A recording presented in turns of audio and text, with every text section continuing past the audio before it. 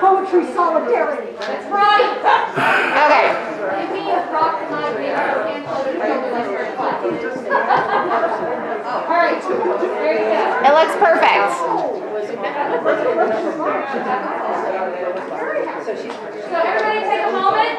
Look to your left. Look to your left. Look to your right. Now look down. Look to your left down. Look to your left down. See where your feet are. Look to your right down. See where your feet are. And turn yourselves around. Oh, you actually did it. Okay. So just remember this. When they call you on stage, are they going to call them by name? Yes. Okay, like anybody who shakes their head, I'm with you. Yes. Okay. So, is this the order you're in?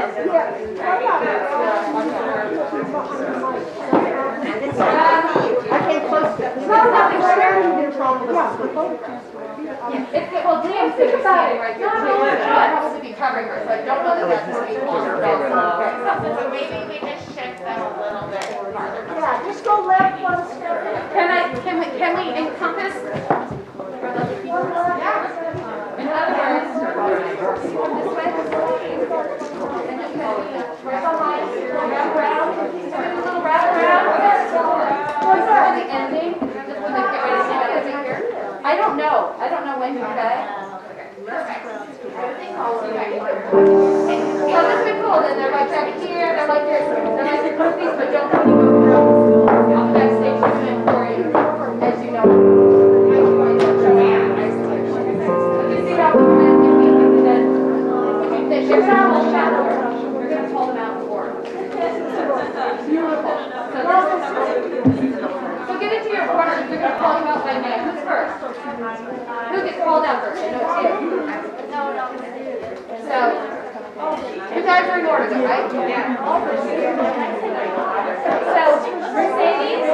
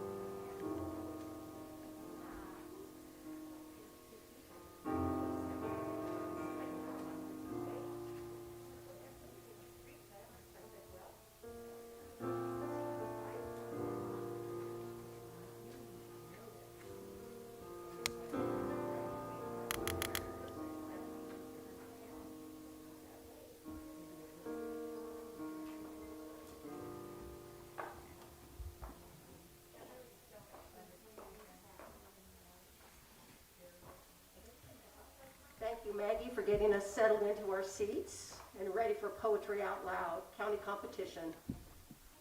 Let's give a hand for Margarita Refugia Alborn, singer, songwriter, and playing a sampling of her original music. And very fortunately for us, we will have more of Maggie later in this program. It's so settling listening to her play. Good evening and welcome to all of our guests in the auditorium and those watching in live stream. I'm Jill Richards of the Trinity County Arts Council. The Arts Council would like to thank participants, participating schools, teachers, students, and volunteers for their invaluable contributions that make this a successful and moving event. I'm delighted to open this extraordinary program that offers our high school students the opportunity to learn great poetry, perform it, and win prizes. We're going to start with some housekeeping. Number one, to avoid distracting our contestants, we ask that all cell phones and electronic devices be silenced now. We also request that movement about the theater be avoided during the program. Please do not take flash photos or stand in the aisles to take photos and videos during the program. The program is being both recorded and live streamed. DVDs will be available in a few days' time for students and their families. Those will be brought directly to the school, so that will just be a simple process. You will have an opportunity at the end to photograph your favorite students with our Poetry Out Loud banner outside. Secondly, we rely heavily on the many dedicated volunteers with varying levels of concern about COVID exposure and spreading the virus to loved ones. Volunteers in the house tonight eagerly want to support these in-person art events, and they want to feel safe while doing so. As you've already noticed, arrangements have been made and procedures created for the purpose of having a pleasant event while also social distancing. Thank you in advance for wearing your mask at all times while in the building. Thank you for adhering to the seating assignments. And thank you for being mindful of social distancing while in the building or in any crowded places. The students will be removing their masks only while on stage reciting their poems. During the intermission, please do not pause in the hallways for group conversations. Rather, take those conversations directly out to the lobby or even outside and enjoy the beautiful weather. Please help the Arts Council by doing whatever you can to make this a COVID-safe and successful in-person program.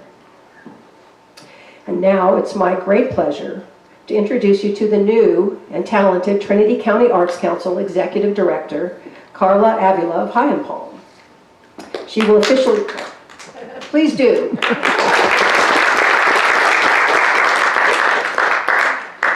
Carla will officially open our program tonight with the First Peoples Land Acknowledgement.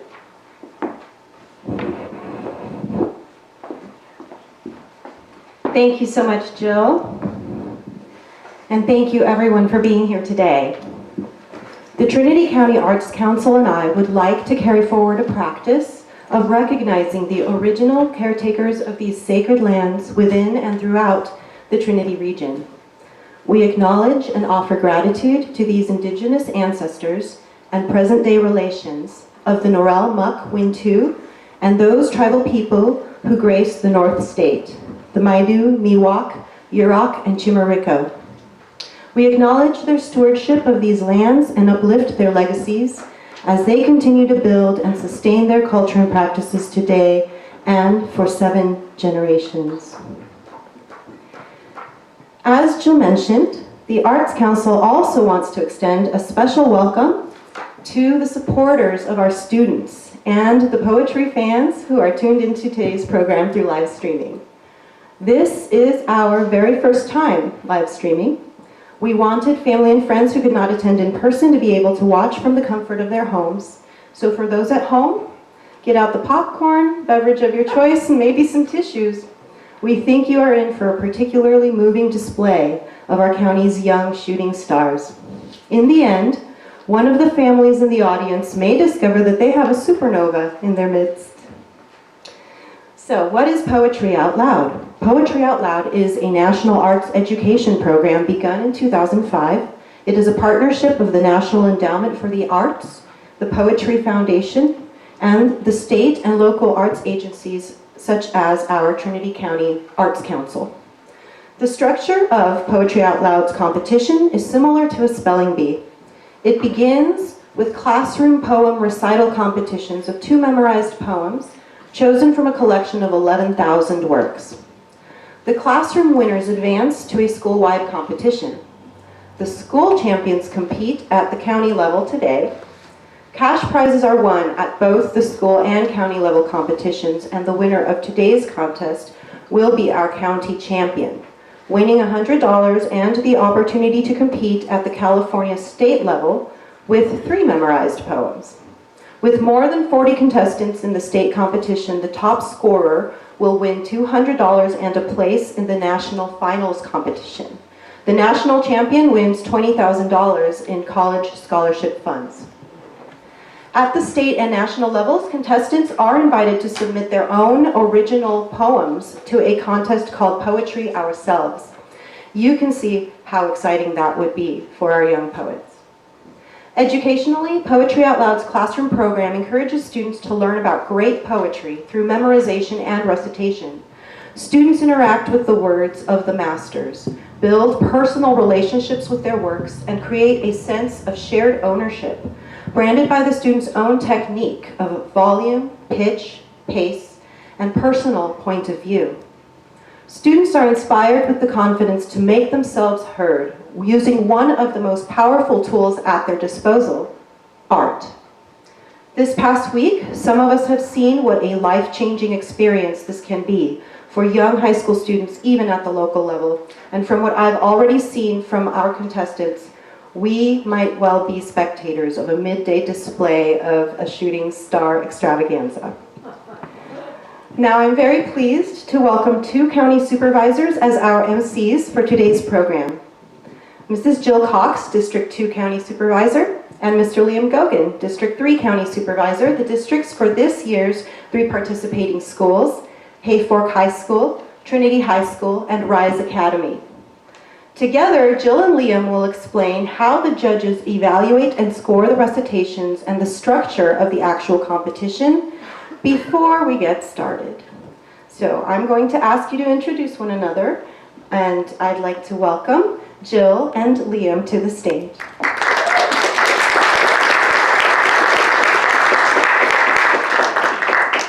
It is an absolute delight to have been asked to be here with you this afternoon and to support the efforts of these students who have worked so hard.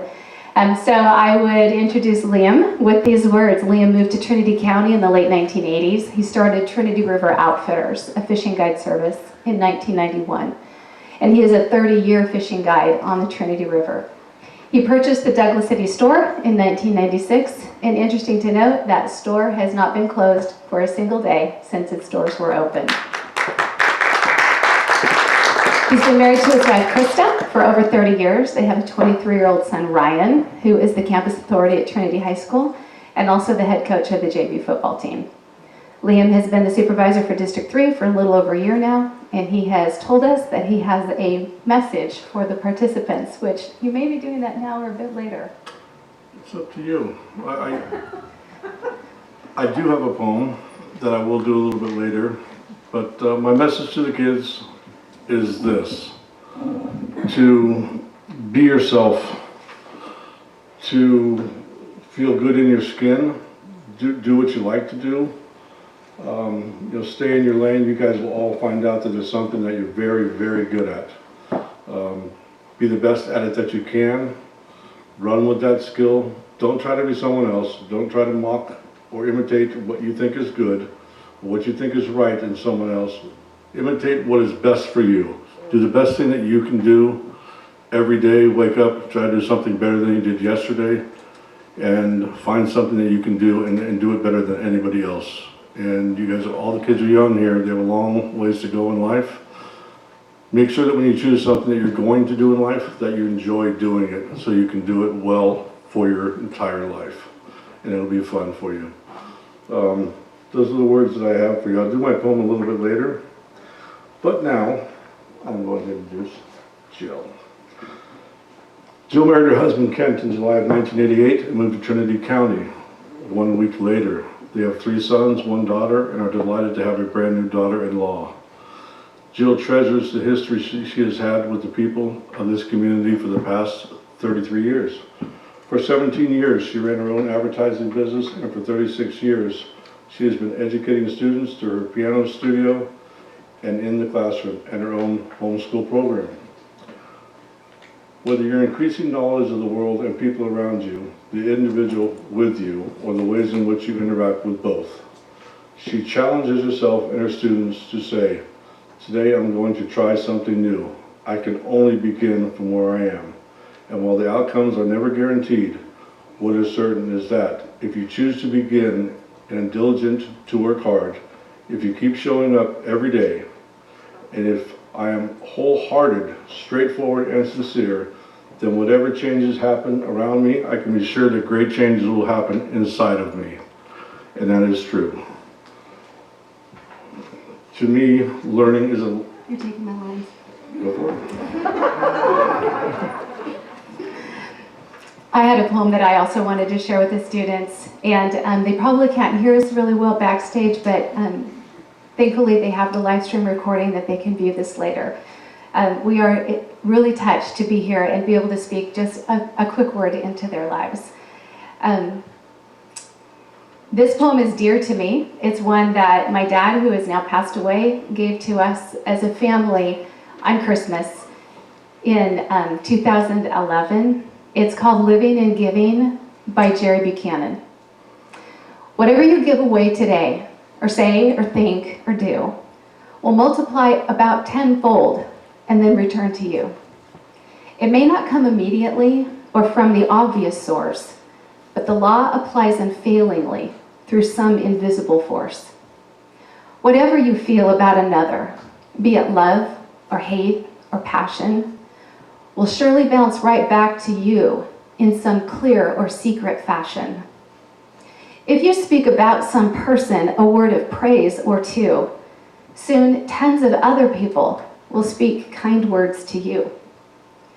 Our thoughts are broadcasts of the soul, not secrets of the brain. Kind ones bring us happiness, petty ones untold pain. Giving works as surely as reflections in a mirror. If hate you send, hate you'll get back, but loving brings love nearer. Remember as you start this day and duty crowds your mind, that kindness comes so quickly back to those who first are kind. Let that thought and this one direct you through each day. The only things we ever keep are the things we give away.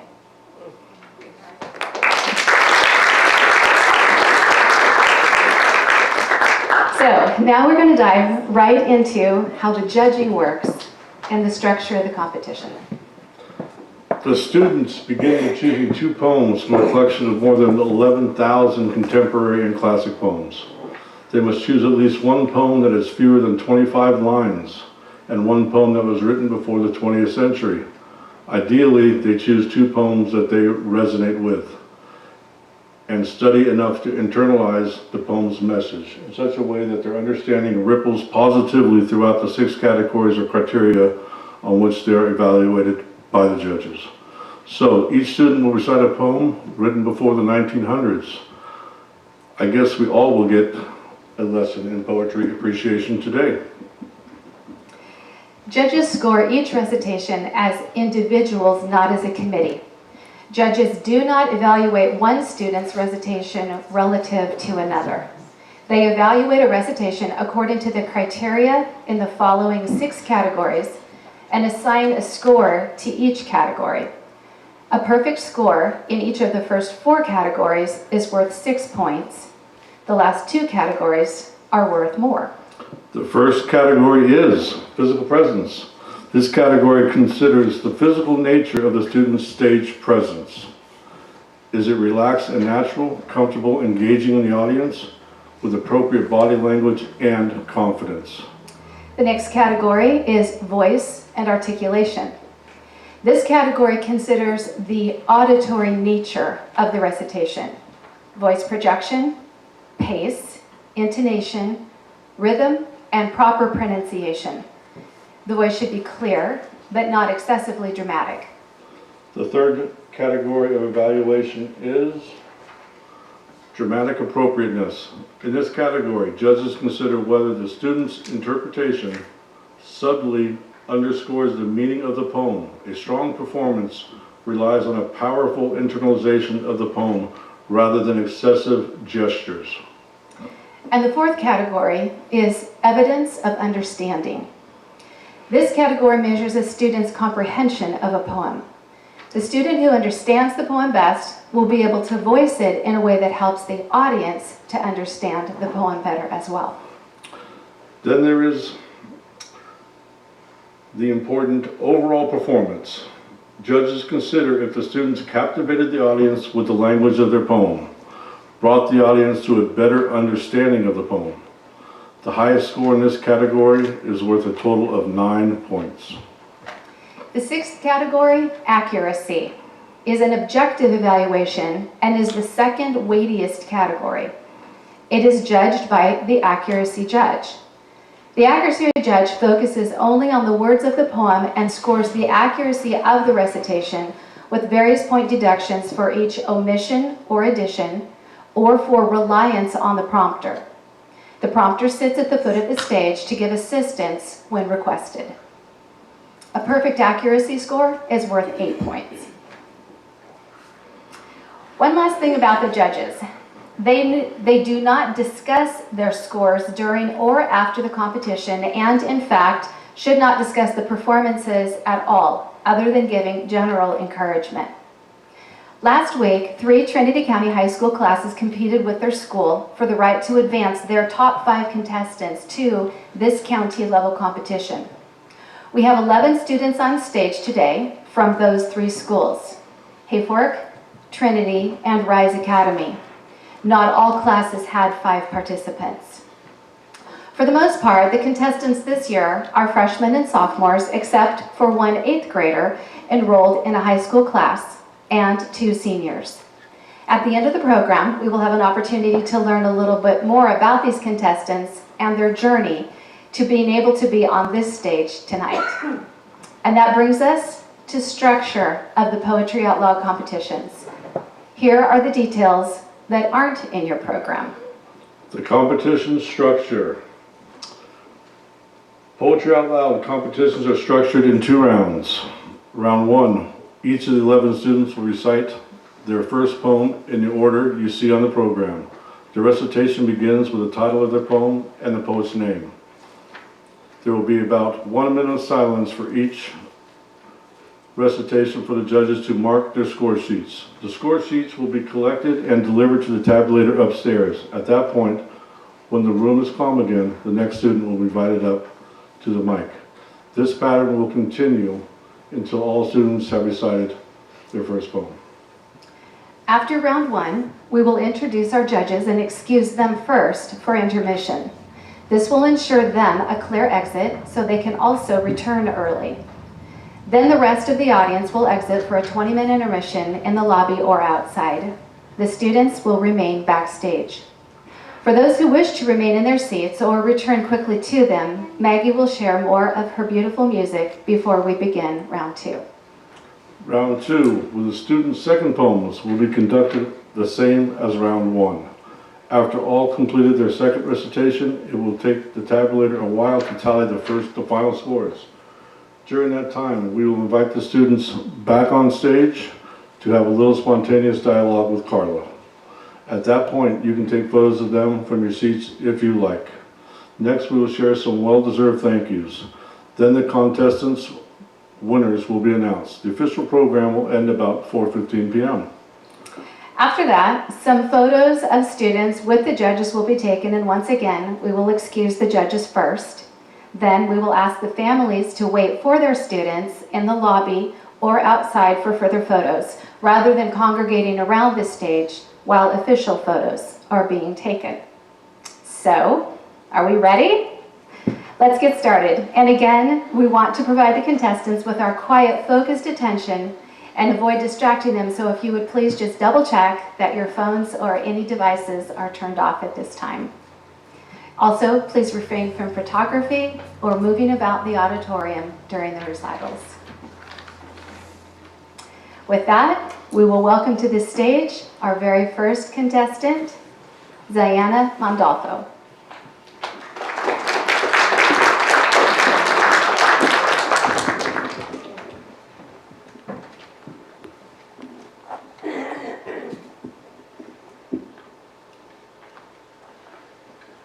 I Won't Come by Kabir, translated by Arvind Krishna Mathura. I won't come, I won't go. I won't live, I won't die. I'll keep uttering the name and lose myself in it. I'm bowl and I'm platter. I'm man and I'm woman. I'm grapefruit and I'm sweet lime. I'm fish and I'm net. I'm fisherman and I'm time. I'm nothing, says Kabir. I'm not among the living or the dead.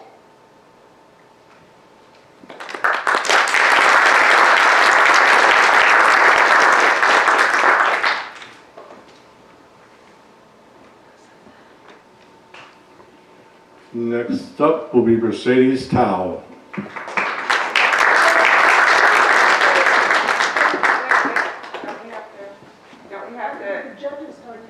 We need time. Remember, you're supposed to wait a second for the judge's tablet.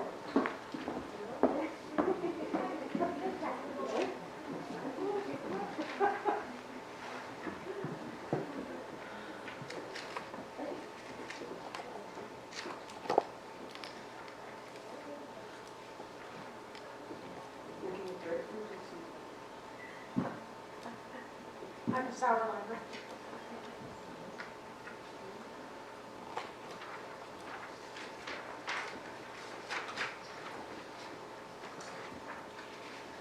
Mercedes Tao.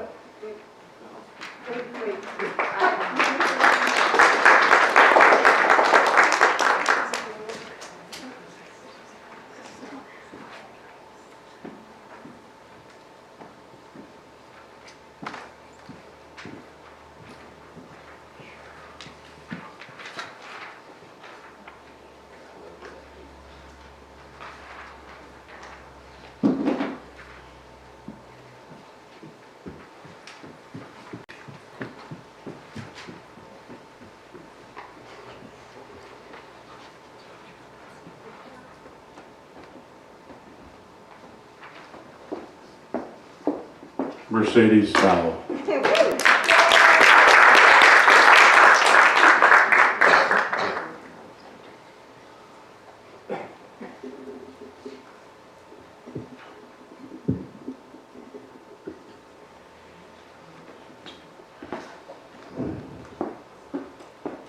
A Poison Tree by William Blake. I was angry with my friend. I told my wrath. My wrath did end. I was angry with my foe. I told it not. My wrath did grow. And I water it in fears, night and morning with my tears. And I sun it with smiles and with soft, deceitful wiles. And it grew both day and night, till it bore an apple bright. And my foe beheld it shine, and he knew that it was mine. And into my garden stole, when the night had veiled the pole, In the morning, glad I see my foot well stretched beneath the tree.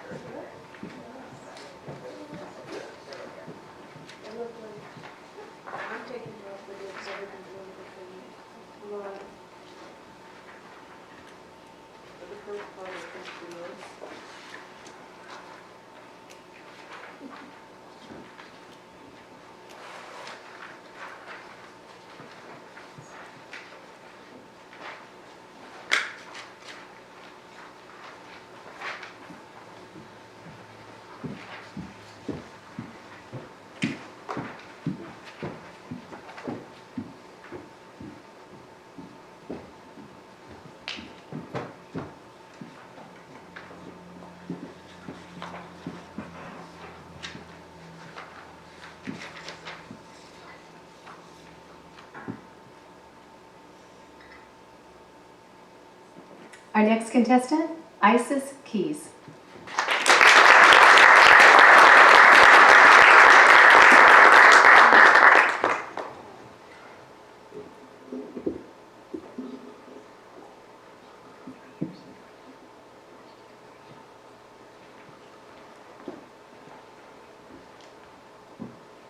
The Conqueror Worm by Edgar Allan Poe.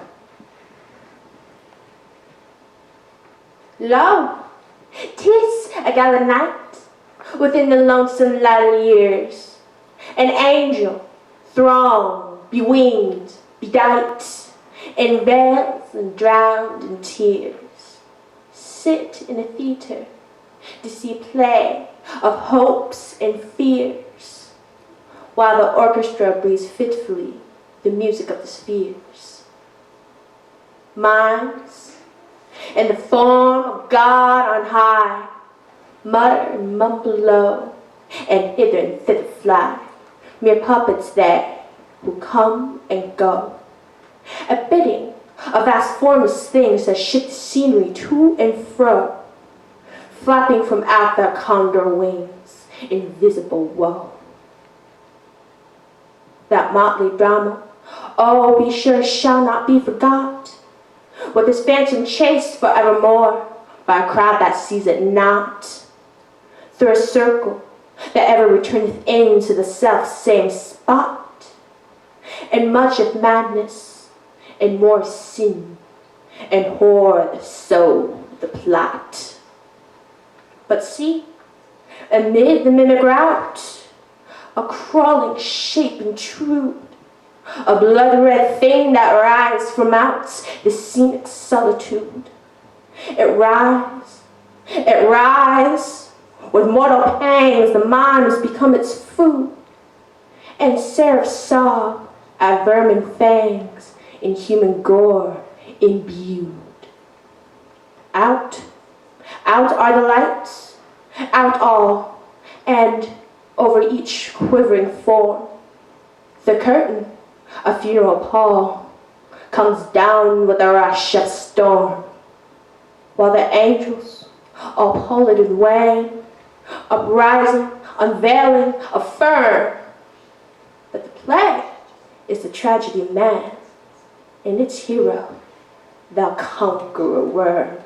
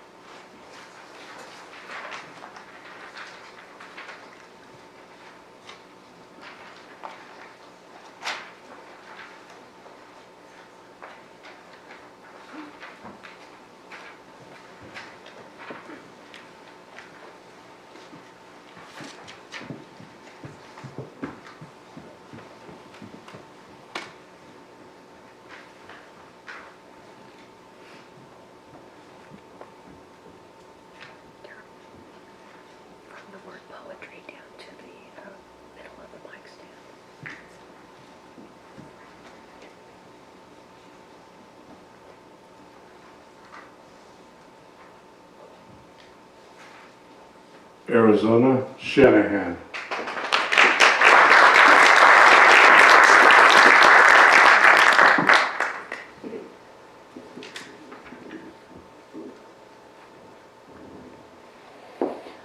Self-Portrait by Robert Creeley. He wants to be a brutal old man, an aggressive old man, as dull, as brutal as the emptiness around him. He doesn't want compromise, nor to be ever nice to anyone. It's mean and final in his brutal, his total rejection of it all. He tried the sweet, the gentle, the oh, let's hold hands together. And it was awful, dull, brutally inconsequential.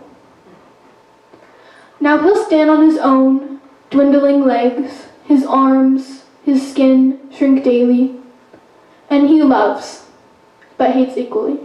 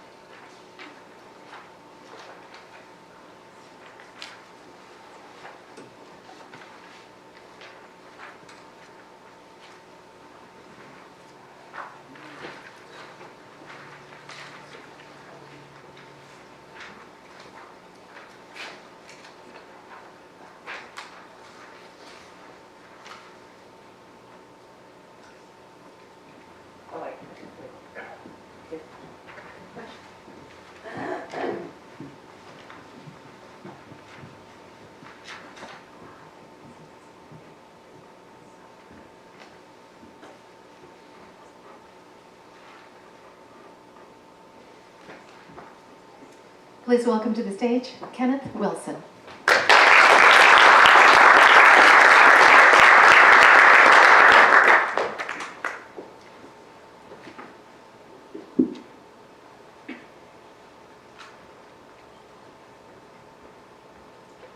Fire and Ice by Robert Frost. Some say the world will end in fire. Some say in ice. From what I've tasted of desire, I hold with those who favor fire. But if it had to perish twice, I think I know enough of hate to say, for destruction ice is also great and would suffice.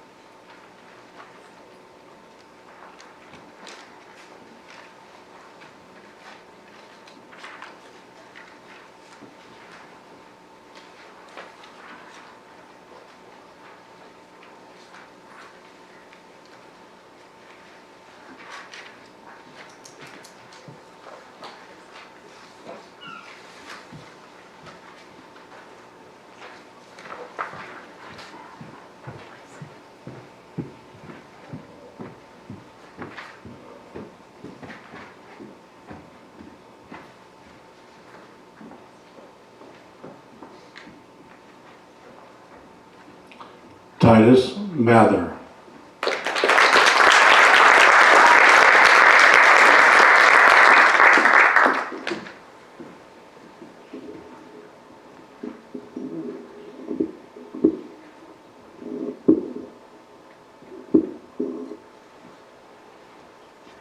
I Married by Lorene Nidecker. I married in the world's black night for warmth, if not repose, at the close someone. I hid with him from the long-range guns. We lay leg in the cupboard, head in closet. A slit of light at no bird dawn, untaught, I thought. He drank too much. I say I married and lived unburied. I thought.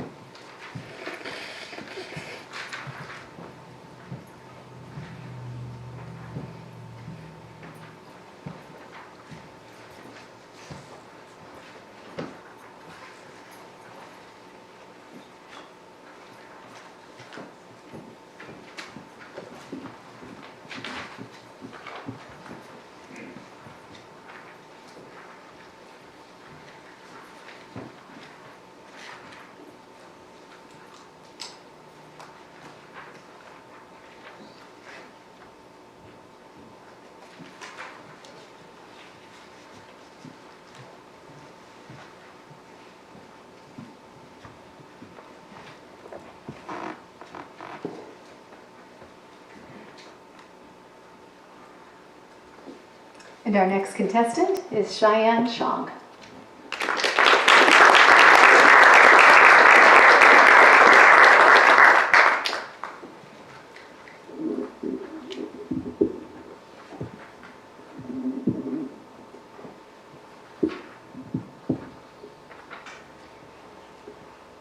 We Lived Happily During the War by Ilya Kaminsky. And when they bombed other people's houses, we protested, but not enough. We opposed them, but not enough. I was in my bed. Around my bed, America was falling. Invisible house by invisible house by invisible house. I took a chair outside and watched the sun. In the 6th month of a disastrous reign, in the house of money, in the street of money, in the city of money, in the country of money, our great country of money. We, forgive us, lived happily during the war.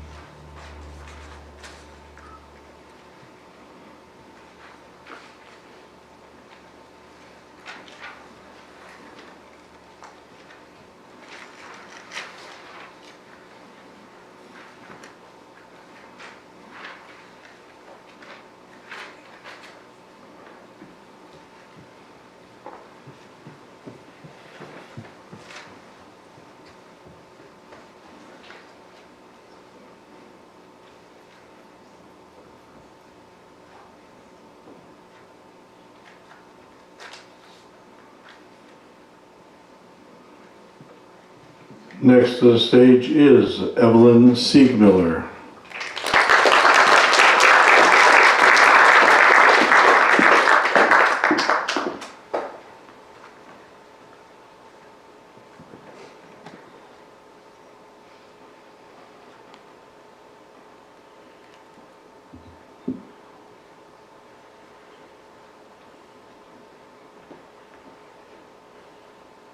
The Days Gone by James Whitcomb Riley. Oh, the days gone by, oh, the days gone by. The apples in the orchard and the pathway through the rye. The chirrup of the robin and the whistle of the quail as he pipes across the meadows, sweet as any nightingale.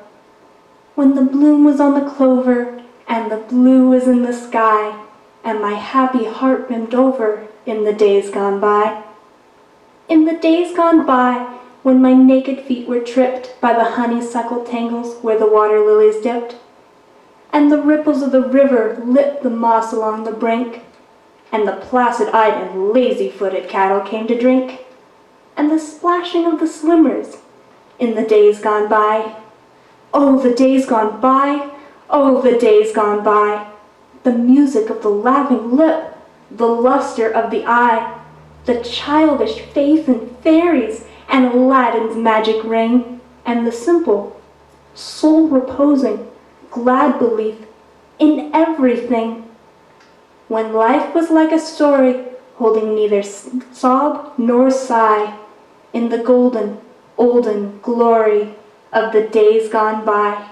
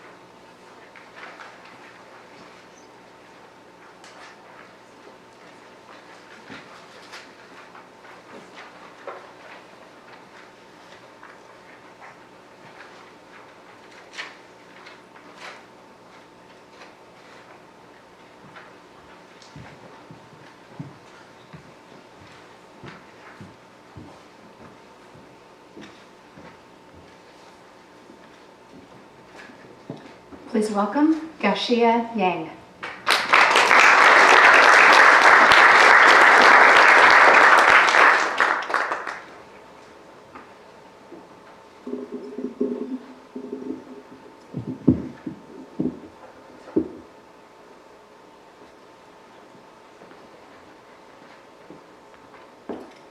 And I Wonder Where You Are by Tanaya Winder. Sacred stars blanket a nighttime sky. Each light reminds us of the preciousness of life. Your memory lives along the Milky Way. Each twinkle saying, "Don't forget my name." It's an epidemic, a sickness of the earth, a war we enter as soon as we are birthed. Indigenous women, girls, are two-spirit too. When did this world start disappearing you?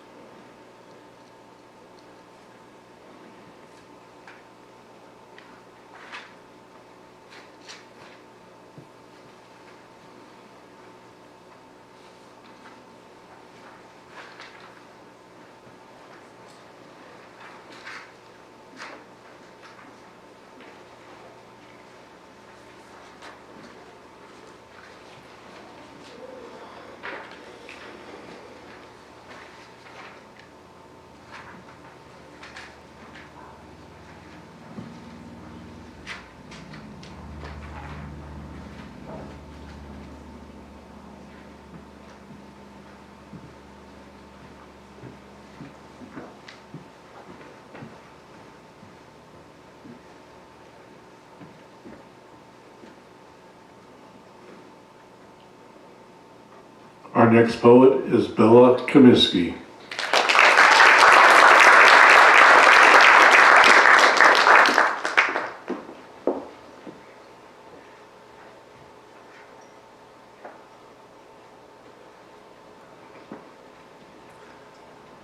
Cold-Blooded Creatures by Eleanor Wiley.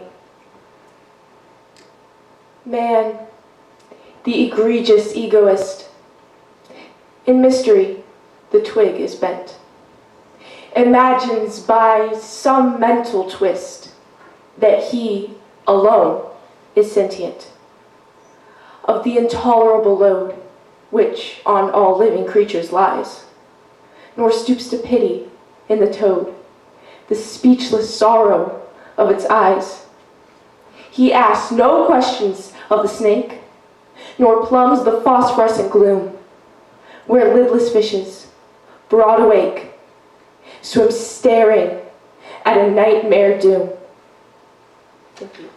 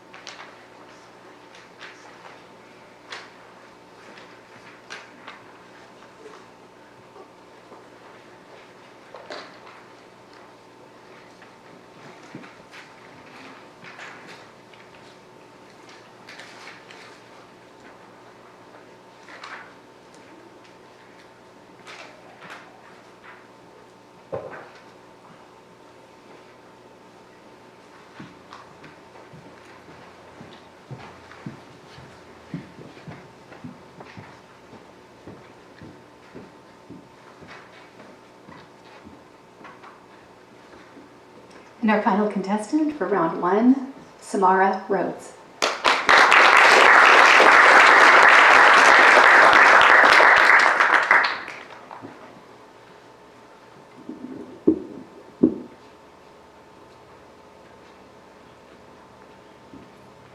Another One of the World's Liars by Moja Koff.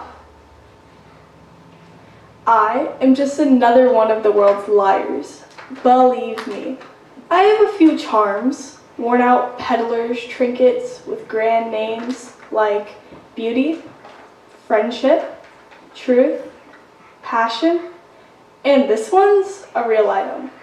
Sometimes I even buy it myself. Love.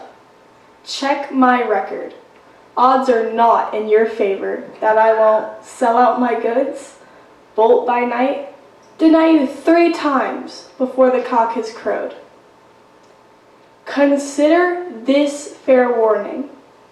Never fall for my spiel. If you do, and end up with a huge bill for damage done, never forgive me.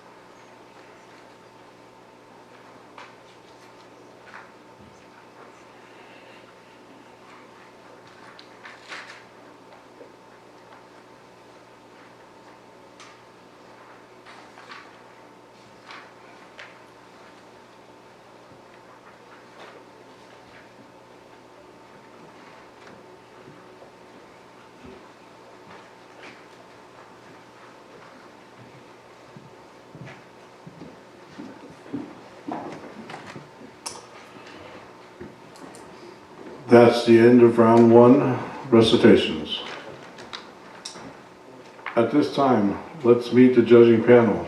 Because of such an interesting, diverse, and strong panel we have, if not too shy, you may want to turn around and stand up when you're introduced, so our audience knows who not to talk to at the intermission about what you think of the recitations.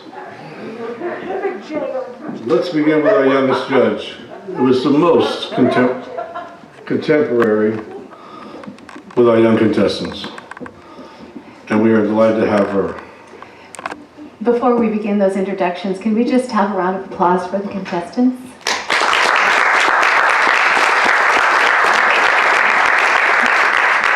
Thank you. And to our judging panel, Heather Laurie of Haypork. Heather is 19 years old and a 2020 graduate of Haypork High School. She's working on starting college at the College of the Redwoods. Her plan is to do her general education classes and take a biology class. Then she will transfer to Humboldt College, where she will enroll in marine biology and photography because she wants to become a marine biologist's photographer.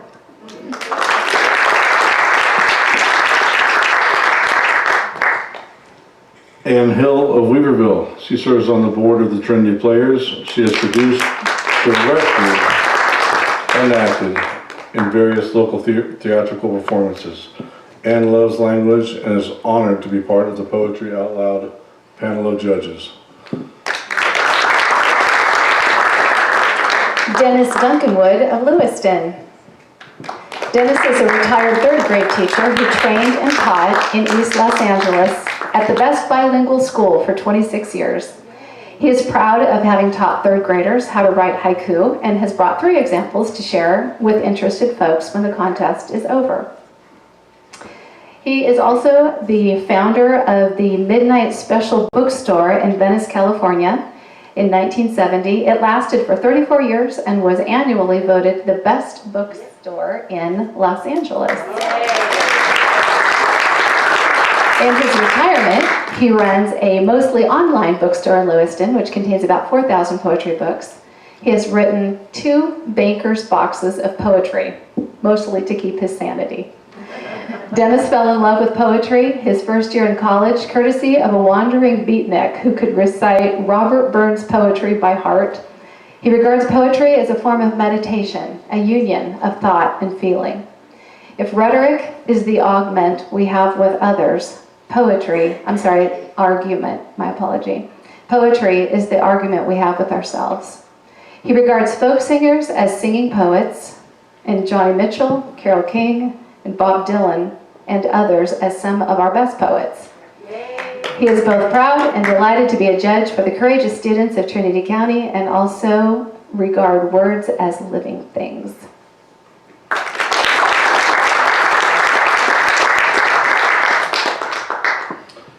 Next is Sharon Solora, joining us from Reading.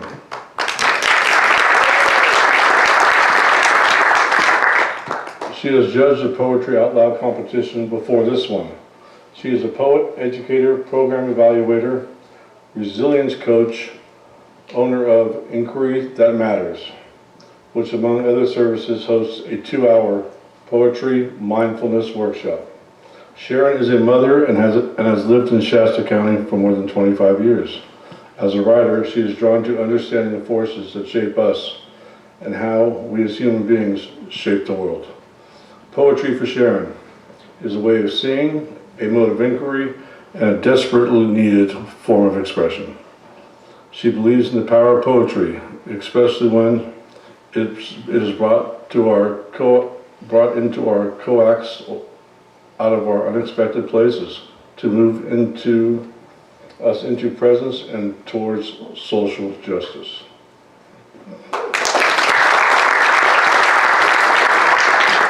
And Alicia Adair of Haypork. Alicia was born and raised in Trinity County and has lived all over the North State. She's a full-time realtor with North State Realty.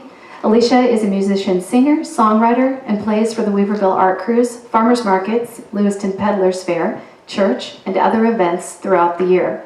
Alicia judges a talent show every year, and she did the Ms. Trinity pageant once. She is honored to be a part of the Poetry Out Loud event and is very proud of all the students who have entered the competition. Alicia has overcome many challenges in her life. She is working on writing her first book and is excited to encourage readers to live life to the fullest, overcome fears and challenges by staying in a thankful mindset. How about a round of applause for all of our community-minded and service-oriented neighbors, lovers of poetry and literature, for so diligently accepting this challenging role. We are almost at the intermission. Please let the judges exit the auditorium first, as well as the prompters and others who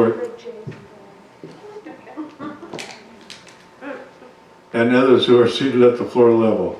We ask that the judges return first, also in preparation for round 2.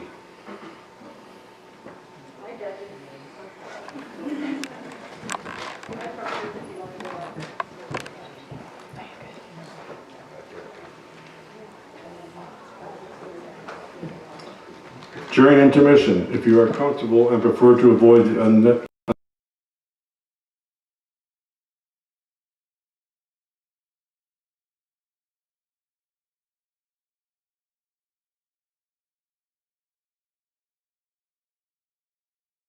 to her band, Refugia. She has been writing poetry and songs for nearly 30 years, 20 of which she has resided in Trinity County. Currently, Maggie teaches a songwriting class after school for Trinity High School students. Thank you, Maggie, for sharing your time and talent with us. It certainly adds sophisticated ambience to our local Poetry Out Loud competition. We will break now for 20 minutes. Please be mindful of the Art Council's request to wear your masks when in the building and their request to maintain social distancing when in the lobby, hallways, restrooms, and at the refreshment tables. Enjoy the refreshments indoors and outside. See you again in 20 minutes.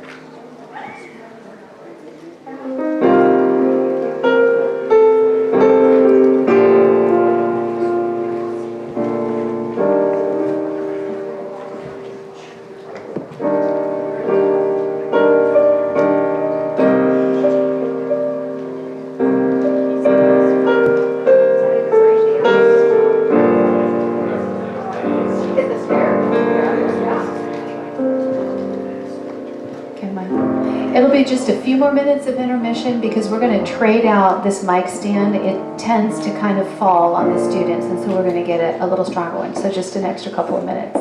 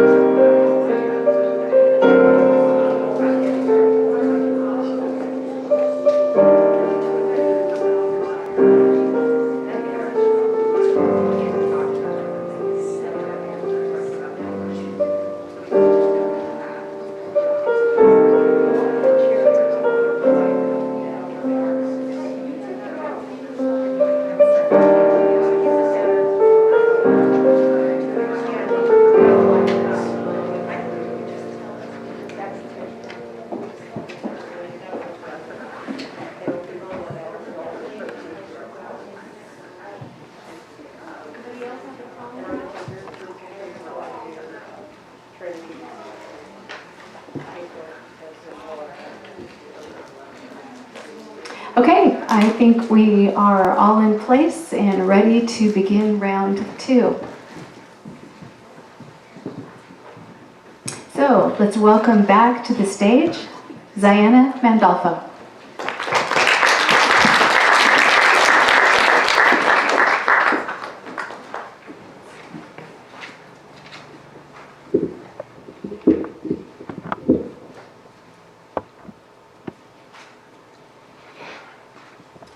Nothing to Do by James F. McGirt. The fields are white, the laborers are few. Yet say the idle, there's nothing to do. Jails are crowded and Sunday schools few. We still complain, there's nothing to do. Drunkards are dying, your sons, it is true. Mother's arms folded with nothing to do. Heathens are dying, their blood falls on you. How can you people find nothing to do?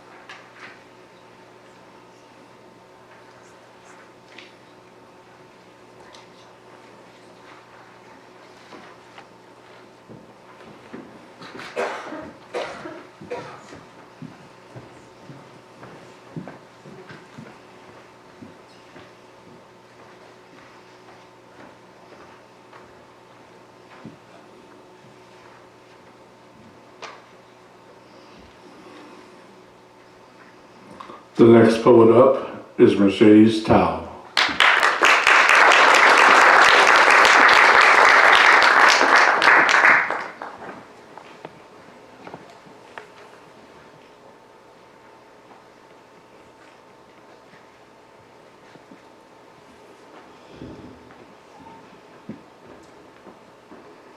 Silence by Thomas Hood. There's a silence where hath been no sound. There's a silence where no sound may be.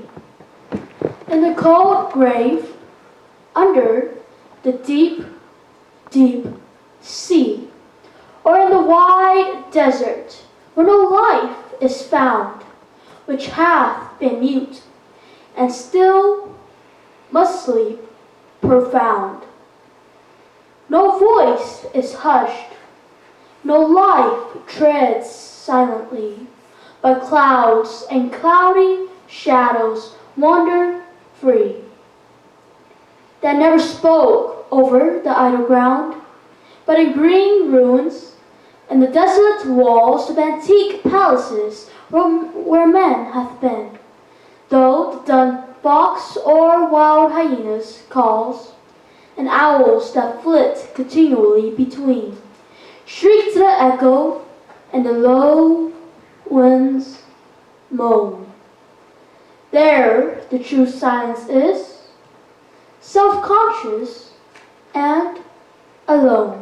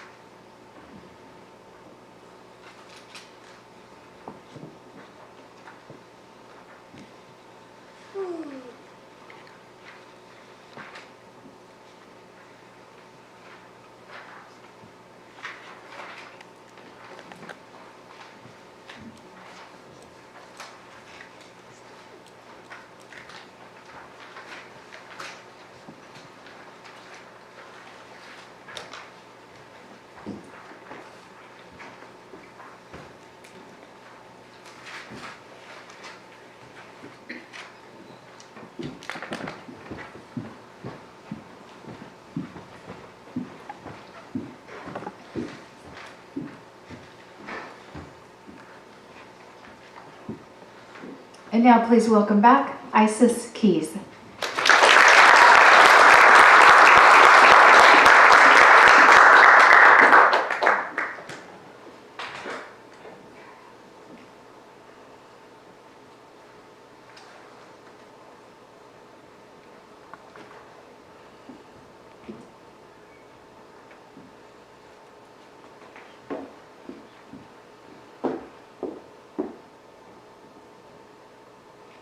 Alternate Names for Black Boys by Dana Smith.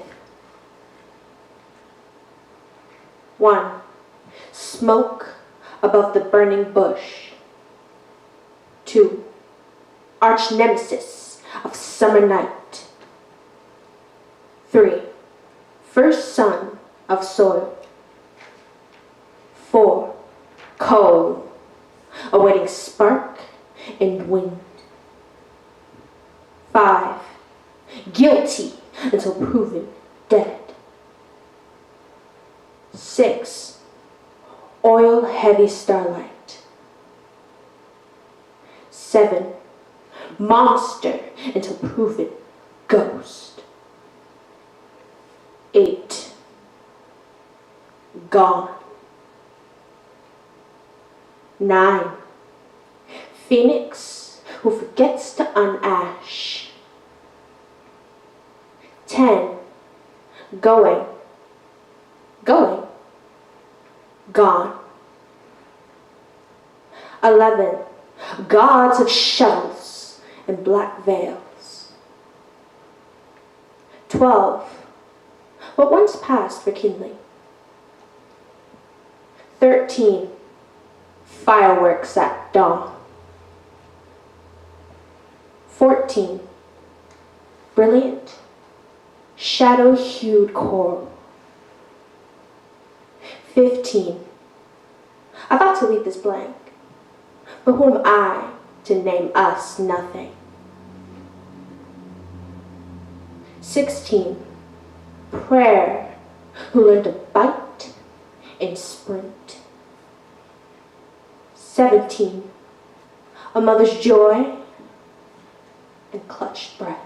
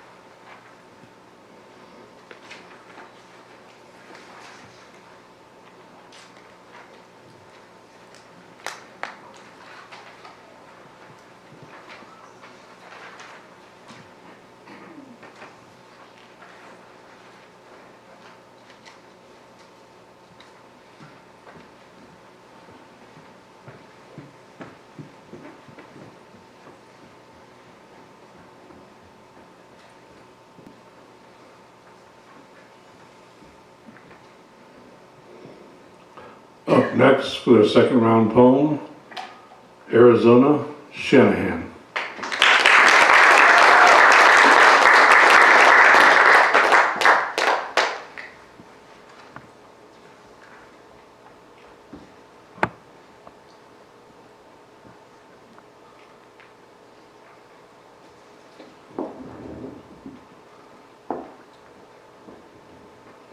Ode by Arthur O'Shaughnessy.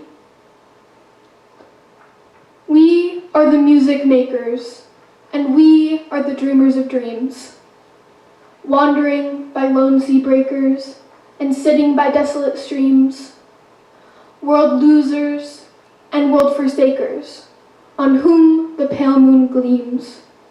Yet we are the movers and shakers of the world forever, it seems. With wonderful deathless ditties, we build up the world's great cities. And out of a fabulous story, we fashion an empire's glory. One man with a dream at pleasure shall go forth and conquer a crown, and three with a new song's measure can trample a kingdom down. We, in the ages lying, in the buried past of the earth, built Nineveh with our sighing, and Babel itself in our mirth, and o'erthrew them with prophesying to the old of the new world's worth. For each age is a dream that is dying, or one that is coming to birth.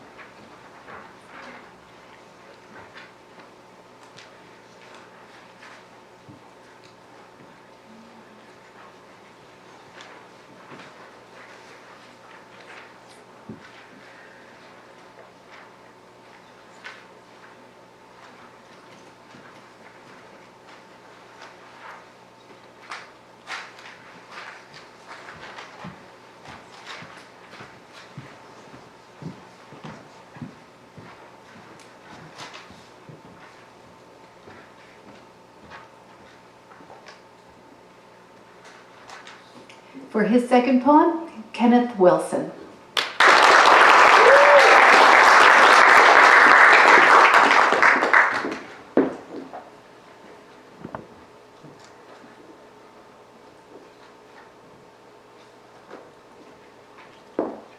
The Air on the Song by Henry Wadsworth Longfellow. I shot an arrow into the air. It fell to earth, I knew not where. For so swiftly it flew, sight could not follow it in its flight. I breathed the song into the air. It fell to earth, I knew not where. For who has sight so keen and strong that it can follow the flight of song? Long, long afterward, in an oak, I found the arrow still unbroke, and the song from beginning to end I found again in the heart of a friend.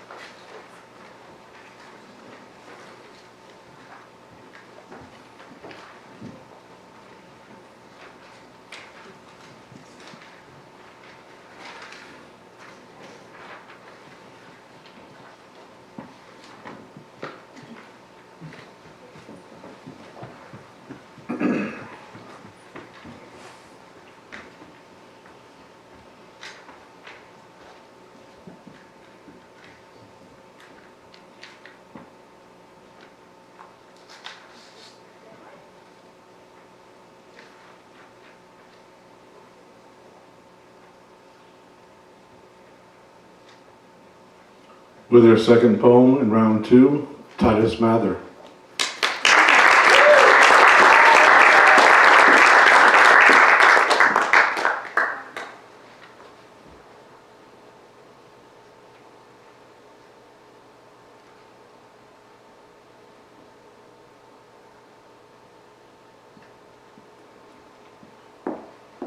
I Find No Peace by Sir Thomas Wyatt. I find no peace and all my war is done. I fear and hope. I burn and freeze like ice. I fly above the wind.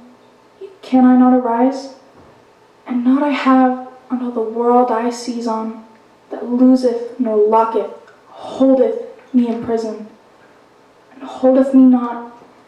Can I escape no wise, nor letteth me live nor die at my device?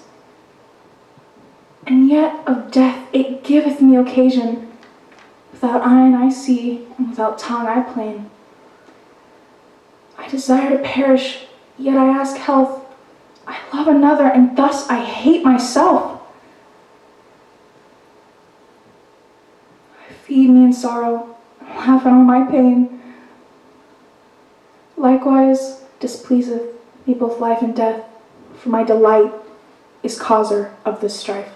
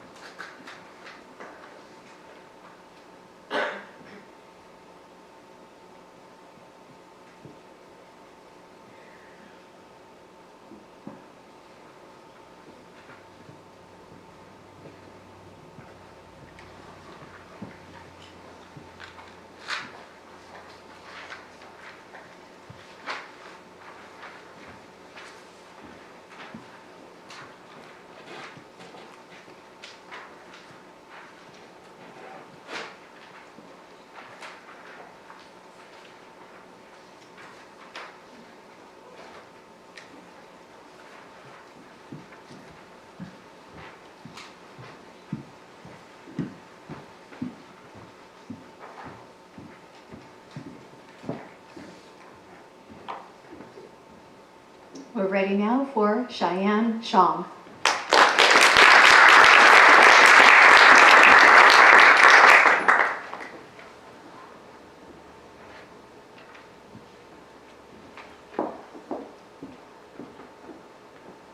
The Cross of Snow by Henry Wadsworth Longfellow. In the long, sleepless watches of the night, a gentle face, the face of one long dead, looks at me from the wall where round its head the night lamp casts a halo of pale light. Here in this room she died, and soul more white never through martyrdom of fire was led to its repose, nor can in books be read the legend of a life more benedict. There is a mountain in the distant west that, sun-defying in its steep ravines, displays a cross of snow upon its side. Such is the cross I wear upon my breast these 18 years, through all the changing scenes and seasons, changeless since the day she died.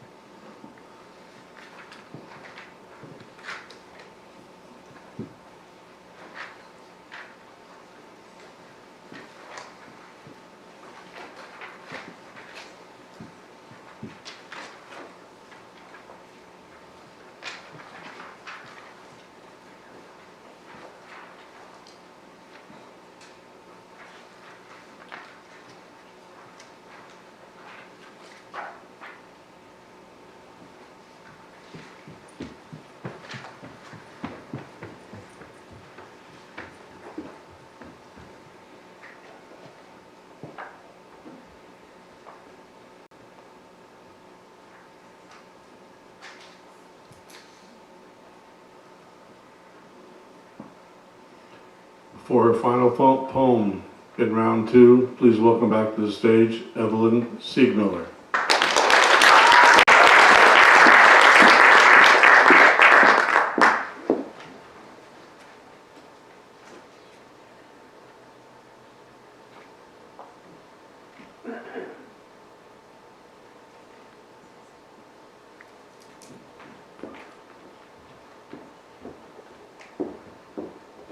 Snowy Owl Near Ocean Shores by Dwayne Lansing. A castaway, blown south from the Arctic tundra, sits on a stump in an abandoned farmer's field. Beyond the dunes, cattails toss and bend as snappy as the surf rushing and crashing down the jetty. His head, a swivel of round glances, his eyes, a yellow deeper than the winter sun. He wonders if the spot 200 feet away is a mouse on the crawl from mud hole to deer grass patch. An hour of wind and sleet whips the air. Nothing darts or passes but the river underground. A North Pole creature shows us how to last. The wind ruffles his feathers from crown to claw. While he gazes into the zero salt slick rain, a double rainbow before us arcs. Sky and owl, we leave him surrendering to the echo of his white refrain.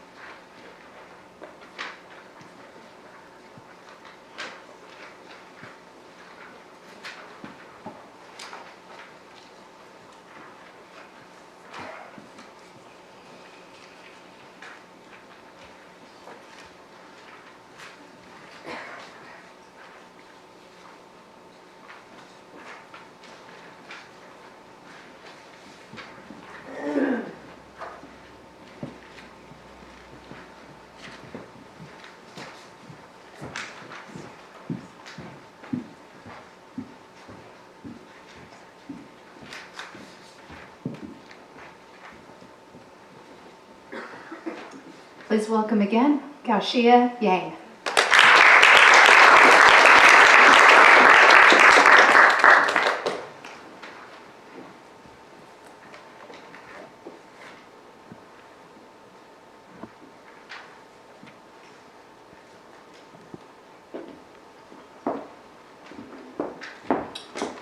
I Find No Peace by Sir Thomas Wyatt. I find no peace, and all my war is done. I fare in hope, I burn and freeze like ice. I fly above the wind, yet can I not arise. And naught I have in all the world I seize all, that loseth nor locketh holdeth me in prison, and holdeth me not yet can I escape no wise, nor letteth me live nor die at my device. And yet of death it giveth me occasion. Without eye I see, and without tongue I twain. I desire to perish, and yet I ask help. I love another, and thus I hate myself. I feed me in sorrow, and laugh in all my pain. Likewise this pleaseth me, both life and death. And my delight is causer of this strife.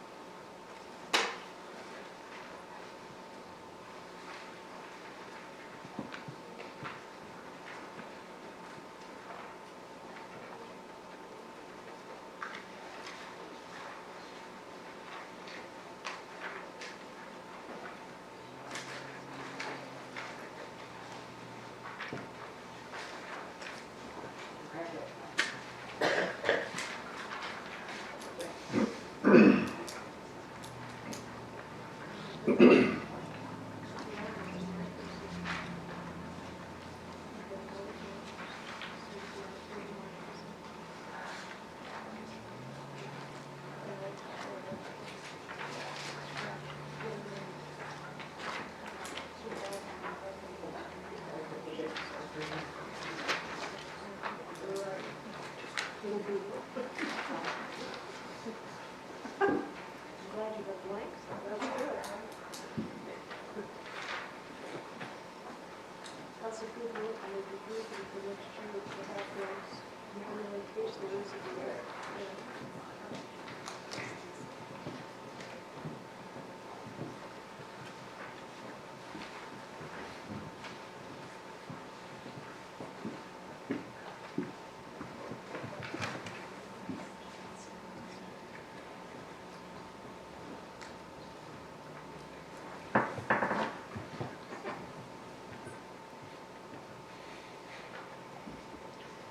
Please welcome back to the stage with her second poem of the day, Bella Kaminsky.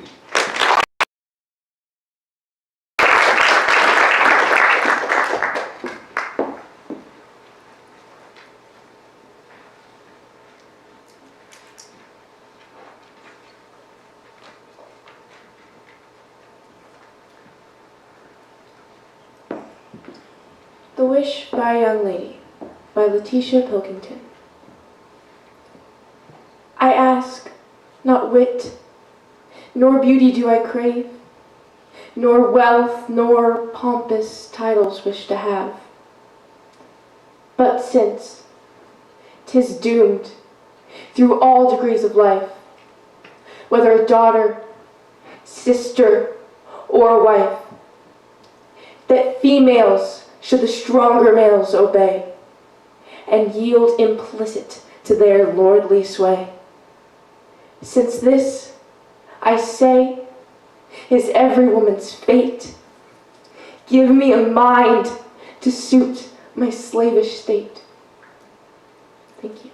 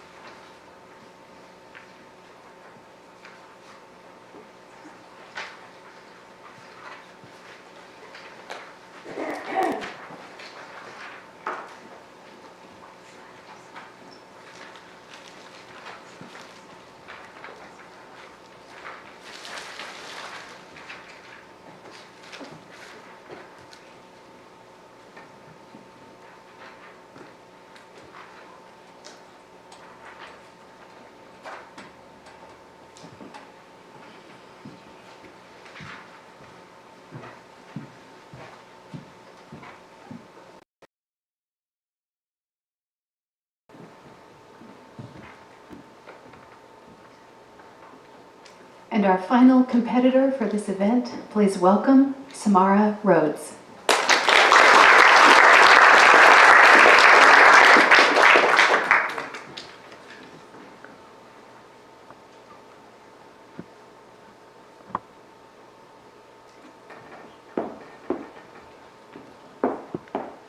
April Love by Ernest Dowson.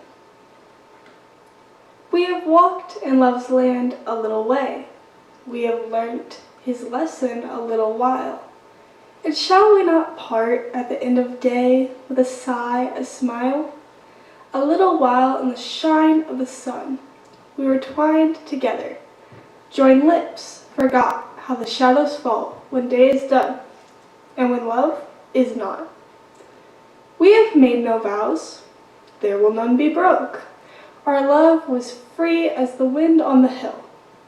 There was no word said, we need wish unspoke. We have wrought no ill. So shall we not part at the end of day, who have loved and lingered a little while? Join lips, for the last time, go our way, with a sigh, a smile.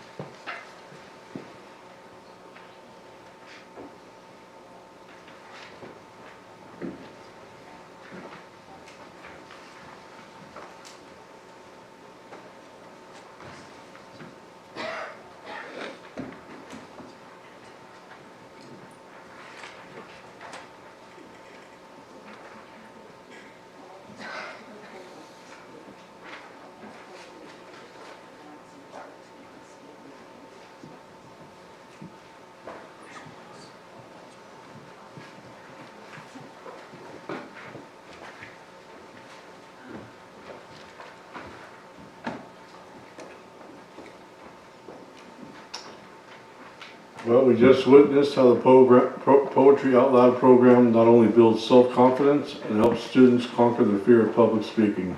So can we give them all a large round of applause?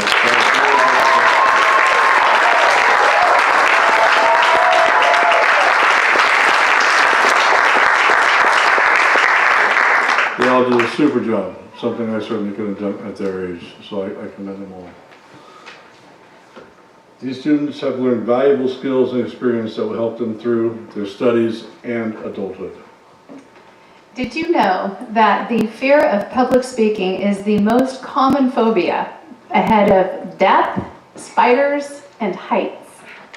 The National Institute of Mental Health reports that public speaking anxiety, or glossophobia, affects about 73% of the population.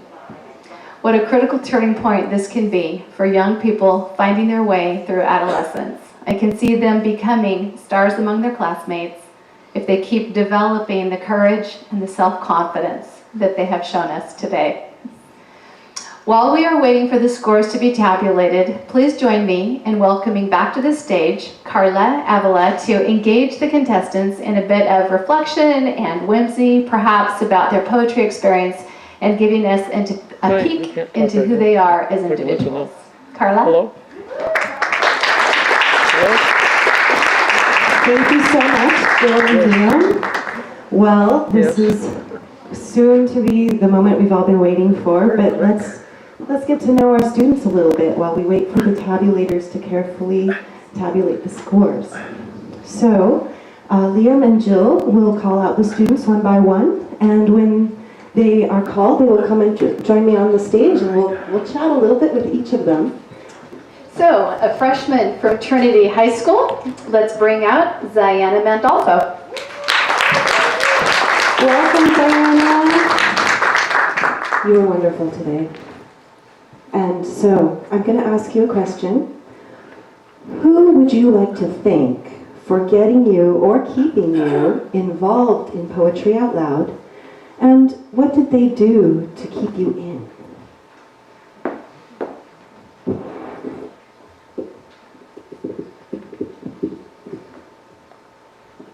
Well, I would like to thank Veronica and Mrs. Sprague because they led me up to this point to get into this.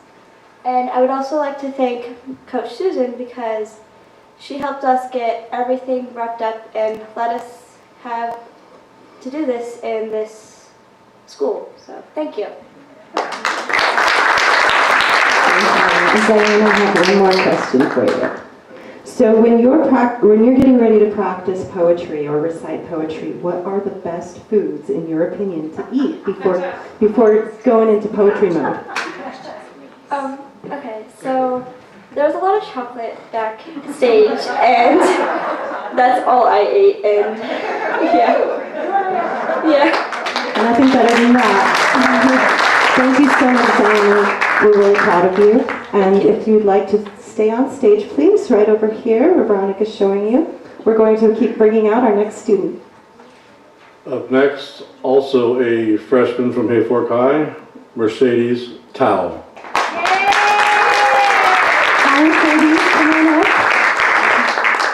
up. Welcome, Mercedes. You were wonderful. Very, very inspiring. I'd like to ask you, who would you like to thank for keeping you motivated to participate and compete in Poetry Out Loud? And how did they motivate you? I would like to thank my coach, Mrs.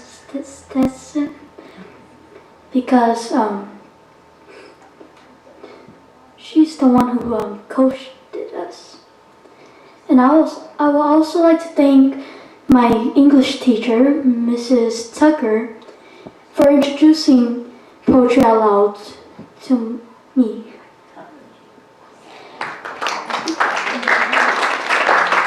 Anything else you'd like to say? And also, I would like to thank my peers for encouraging me and complimenting my my poems. And I also like to thank my family for being my transportations, and giving me ideas on what to do. Wonderful. I have one more fun one for you. What were your favorite places to go when you were thinking about your poems or memorizing your poems? Is there a special place that you like to be? For me, I like to be in my home because home is what makes me feel more comfortable and safe. And I also like to be around my peers, teachers, and people. Thank you so much for taking us. We're so glad you're here. Kelly, just go back here. Let's bring out Trinity High School senior Isis Keys.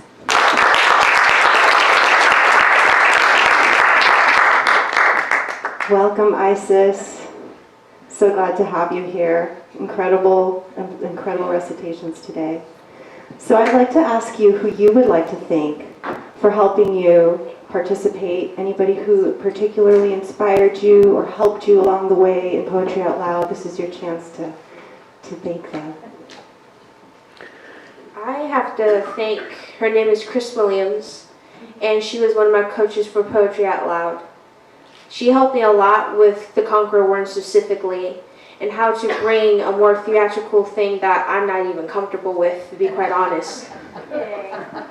And I have to thank Coach Susan for letting me use the Highland Art Center. And I have to thank Coach Veronica with the microphone. This has all just been great. I have to say, I've come a long way since I think my sophomore year now. Yeah. And I can thankfully say, like, even if I didn't win, I learned something, and I've grown into the person that I want to be, or maybe even who I will be.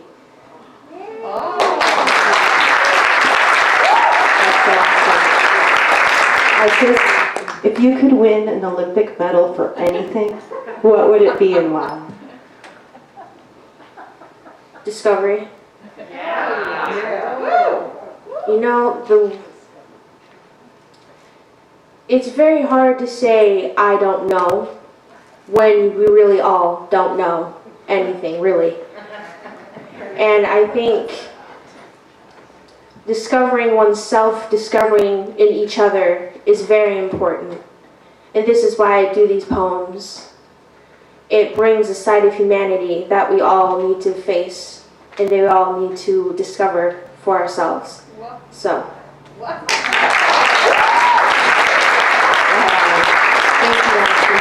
Thank you, Jen. Your peers right here while we bring the next student up.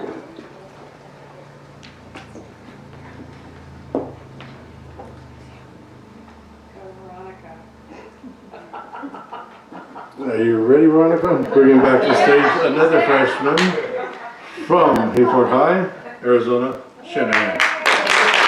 Welcome, Arizona. We're so glad you could be here. Really, really moving recitations today. So, who would you like to thank for keeping you motivated to compete in Poetry Out Loud, and how did they motivate you? I want to thank Miss Stetson, my poetry coach. At one point I really wanted to quit Poetry Out Loud because I was so scared of public speaking. And she motivated me to stay in it and continue moving forward with being comfortable on stage and being able to recite my poems with more emotion and just not be as scared.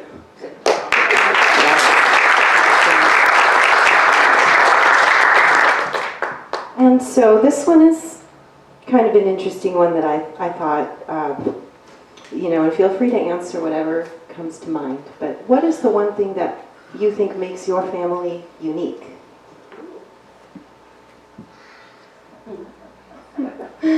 I know, right? Didn't expect that one.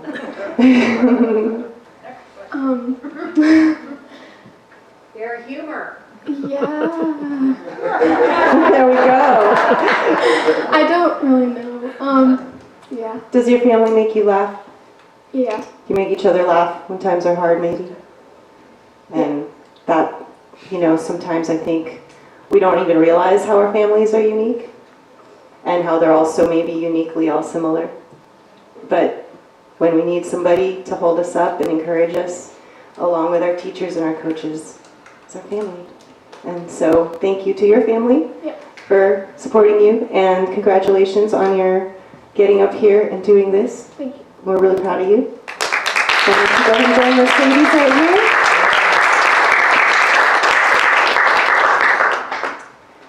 And as an 8th grader competing in this competition from Rise Academy, Kenneth Wilson.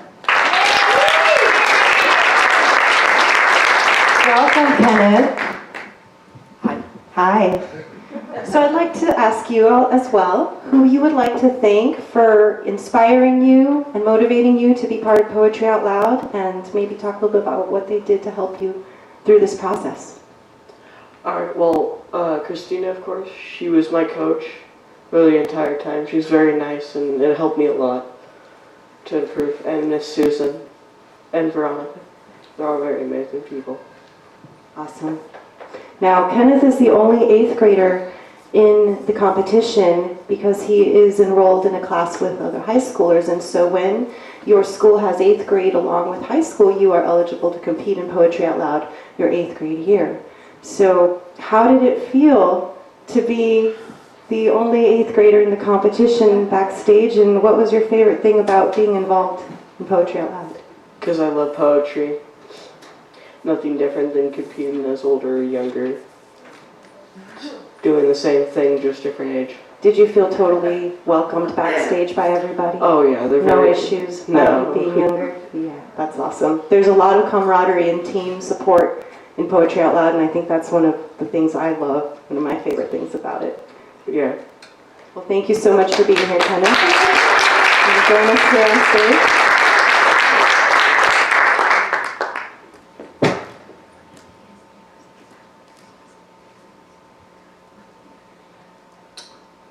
Up next is a freshman from Trinity High,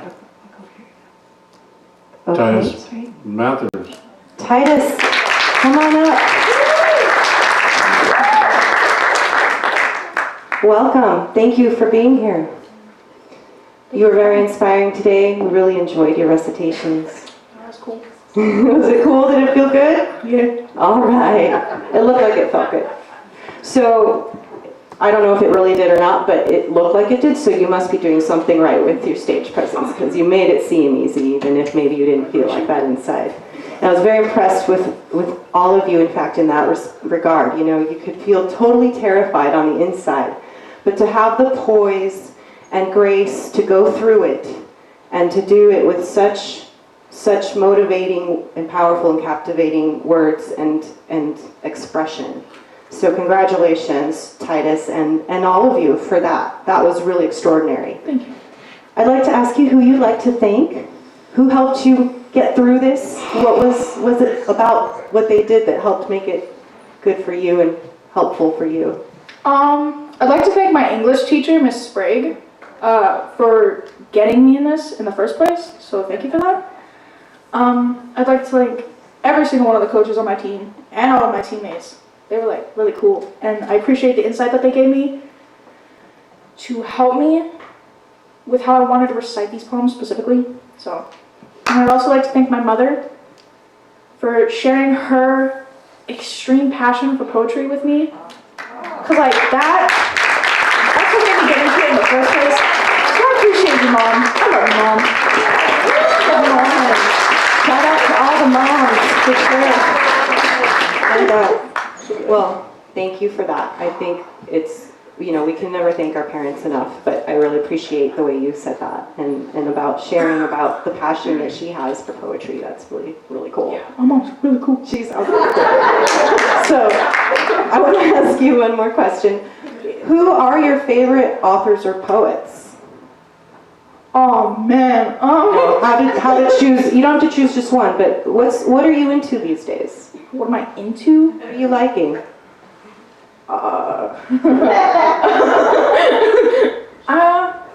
Anything really scary. I'm really into scary stuff and emotional stuff. Sometimes I like my romantic moments, but I gotta say one of my favorite authors is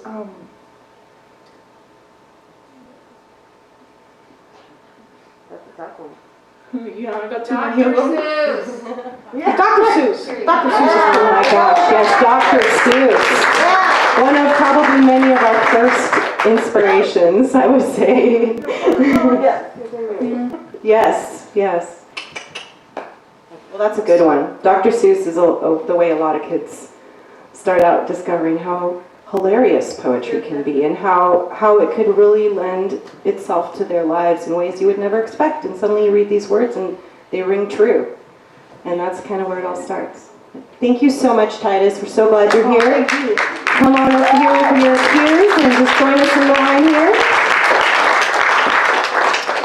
A senior at Haypork High School, Cheyenne Chong. Come on up, Cheyenne. All right. Cheyenne, thank you so much for being here. You were so inspiring today. I'd like to ask you who you would like to thank for inspiring you or motivating you to be part of Poetry Out Loud.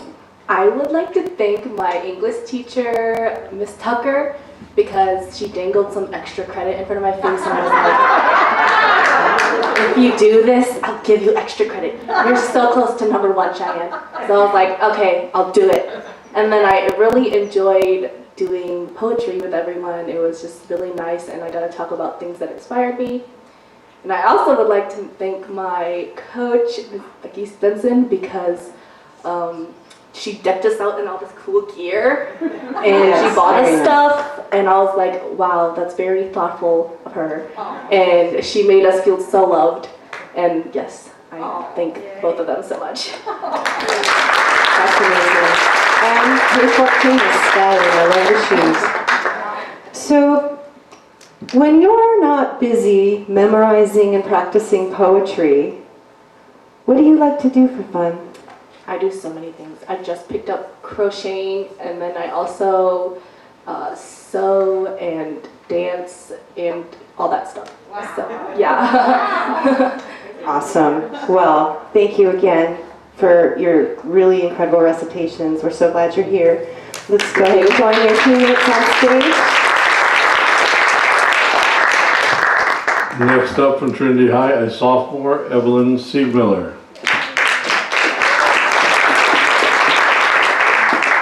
Hi, Evelyn. Welcome back to the stage.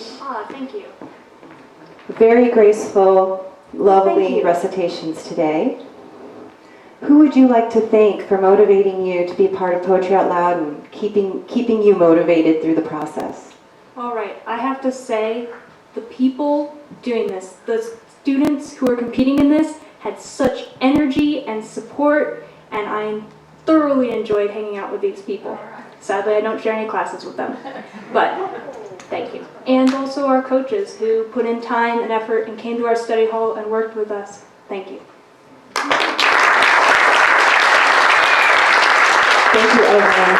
So, you've made these bonds, you've built these bonds with this amazing team that you have of your peers up here, and I know you mentioned you're not in the same classes, but I'm sure you can imagine that bond doesn't go away and that you have this support team here. So I think maybe you guys are gonna get together sometime, and probably after this keep that camaraderie alive. Don't let it go. You guys are in this forever now. You're sealed together by the bonds of Poetry Out Loud. So, what do you like to do for fun when you're not reciting poetry? Okay, I love dancing and birds. Birds. Anything to do with birds. And I will also apologize to my family for my love of music and constantly having that on. But thanks for tolerating it. Thank you so much. Why don't you go ahead and join your teammates here on stage. Let's bring up Haypork High School sophomore, Gashia Yang. Welcome, Gashia. Welcome back to the stage. Thank you so much for being here. You're welcome. And I hope you're excited. Were you nervous? Yeah. But also excited? Yeah. Yeah. Are you more excited now that it's over? Yeah. But, it probably feels really good to have made yourself do this. And so I want to ask you, who would you like to thank for encouraging you to do this? Oh, I would like to thank my coach, Miss Stetson, for helping me memorize my poem and stuff because it was kind of hard for me, and my teammates and my English teacher because my English teacher reminded me how to breathe, and my teammates encouraged me. That's awesome. Reminding you to breathe. Sometimes that is the most important thing, is to just breathe. And when you're on stage, time feels different, right? Mm-hmm. So sometimes just that breath. It's an important lesson. I appreciate that you took time to notice that as a performing artist. And your development is going to grow from here. This is one step, and every time you get back on stage is another step towards polishing and professionalizing all of what you do. And one day when you're out there in the world and you have to stand up in front of people and wing it, you're going to have the courage and the confidence to know that you can do it, because you already did it today. I do want to ask you, so I was thinking I was going to ask you what you like to do for fun, but instead I want to ask you, what was it that made you turned on to poetry? How did you find poetry in the first place? How did it come into your life? When they first announced the Poetry Out Loud thing, I was like, that sounds interesting. So I joined from interest, and then So you were curious, and your curiosity was lit by Poetry Out Loud, and here you are reciting poetry. Congratulations. Thank you so much for being here.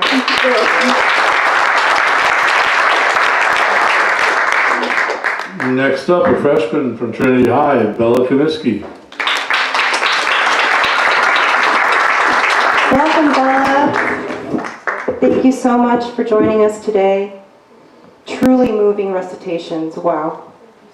Really. So, first of all, of course, I'd like to give you an opportunity to thank anybody you'd like who motivated you or inspired you or helped you to get through this process.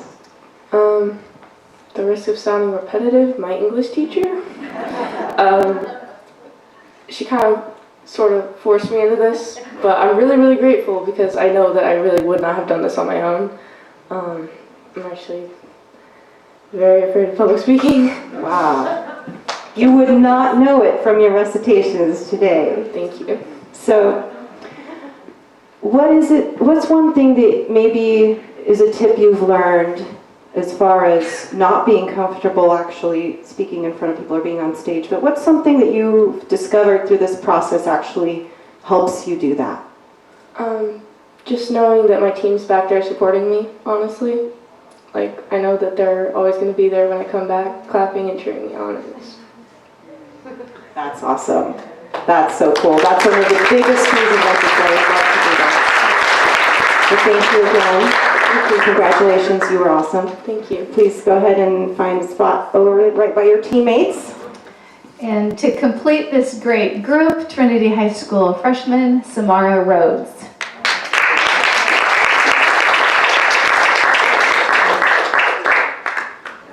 Samara, thank you so much for being here. You're a freshman. Wow, very impressive. Oh my gosh, I can't wait to see what you're going to do over the years. So, Hi, Karen. yeah, we don't need to rush it, right? Right, parents? We don't need to rush it. It's going by fast enough. So, I would like to ask you who you would like to thank for encouraging you to participate, get involved in Poetry Out Loud, and push you through this whole process. It's okay, guys. I'll finish off the letter. My English teacher, Miss Tucker, because even today, as I'm literally having panic attacks, she helped me remember that just pretend like everyone's not there and how much confidence I really can have when I sit down and do something.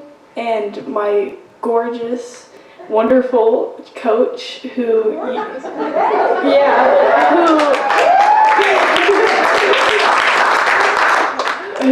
with very tough love reminded me that I can do anything I really put my mind to, and helped me get past that horrible fear of talking in front of people. And my best friend, who's currently sitting behind the curtain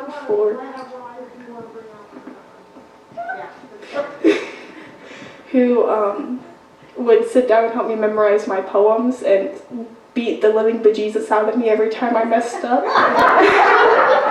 But yeah, I wouldn't be able to do this without those three. That's what Becky says. That's not her tough love. Hers is very mean comments. My ego is bruised.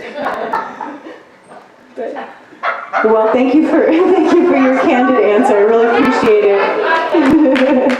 And I'd like to ask you, Samara, what was it about the poems that you picked that made you pick those poems? With my first one, it was actually just how much people really lie, and you don't realize until you sit down and look back at everything. And the smart aleckness and the standoffness of the poem, it just really kind of stood out to me and seemed perfect to fit my personality. So I went with it. And then the second one, I got through a breakup, and we were still best friends, and it kind of called out to me, so I decided that was a good one. Amazing. Thank you for sharing.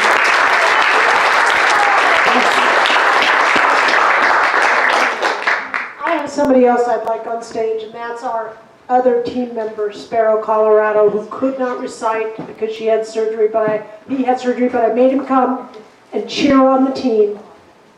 So because he's a member of the team, so I'd like to come out and Sparrow, Colorado. All right, welcome to the stage, Sparrow. Would you like to share a thought?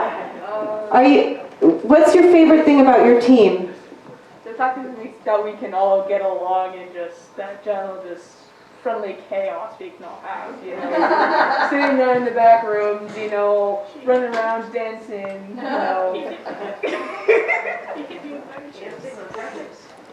Yes, that headboard smart. So sometimes you just need somebody to hit you with a bag of chips, and sometimes that's just all it takes. Well, what are friends for, after all? Well, now we're soon going to be finding out who the winners are, but I would like to quickly just ask Liam, did you happen to have a poem that you'd like to share with us today? Is it that time? All right, so I do have a poem. And this poem is about children, school, friendships, and learning. So I think that we've made everybody on stage here kind of voice out and kind of jump out of their skin and what they like to do and put them on the spot. So now it's time for me to put you all on the spot. I'm going to say a poem. At the every end of every verse there's a chorus. And you guys are all going to say it with me after I say the first line of it. Are you ready? Can you do that? Yes. Can everybody do that? Yes. Okay, here we go. Fall is here. Hear the yell. Back to school. Ring the bell. Brand new shoes. Walking blues. Climb the fence. Books and pens. I can tell that we are going to be friends. I can tell that we are going to be friends.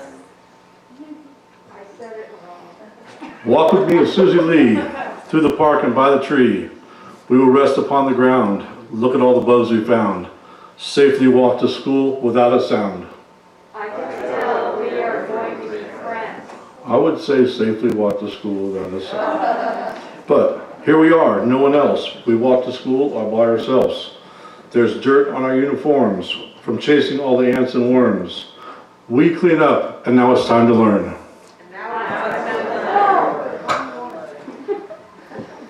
Numbers, letters, learn to spell. Nouns and books, show and tell. Playtime, we will throw the ball. Back to class, through the hall. Teacher marks our height against the wall. They're getting better now. We don't notice any time pass. We don't notice anything. We sit side by side in every class. Teacher thinks that I sound funny, but she loves the way you sing. Tonight I'll dream while I'm in bed, with silly thoughts going through my head about the bugs and alphabet. And when I wake tomorrow, I'll bet that you and I will walk together again. I can tell that we are going to be friends. Yes. They do okay? They do all right? Thank you, Leon. Repeat that line. Okay, here we go. One more time. You got it? And I can tell that we are going to be friends. Well, I'd like to take just one moment, although we've had many individual moments of thanking these people. I really think it's important that we please bring the teachers and coaches up onto the stage. If you will please, teachers and coaches, join us on the stage. These are the people behind the scenes for the past few months and weeks that kept the students' performances developing day to day.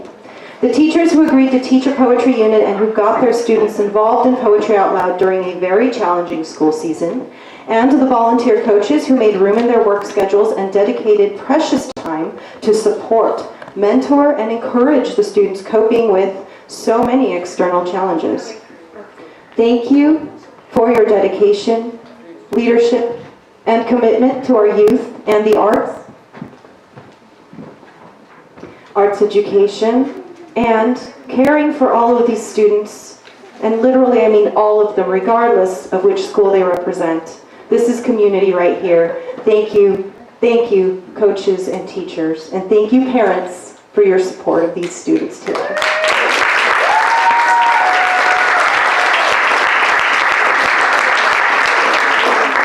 Okay, teachers and coaches, if you would please step forward, we have something for you.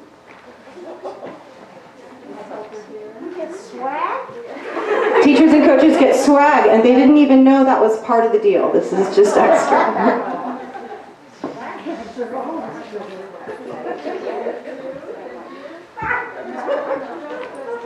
Those are different because they're paid for and they get a She doesn't want to know for it. No. You don't want to come over to dinner?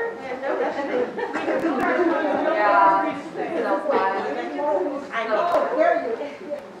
I'm not a student. I know I love that. Teacher. Yes. I know. She's short right in that. Where's everybody at? Where's all my coaches? Where's all my coaches? Where's all the coaches? There they go. Coaches, raise your hands. Here they are, blending in with the students.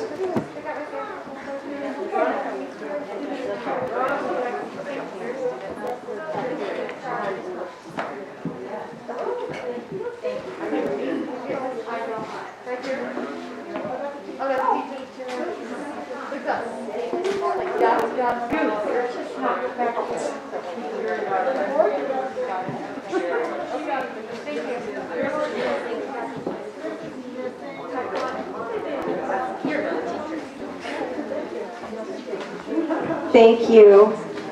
Thank you so much to all of our teachers and coaches, wherever you all are, from Lewiston and Trinity.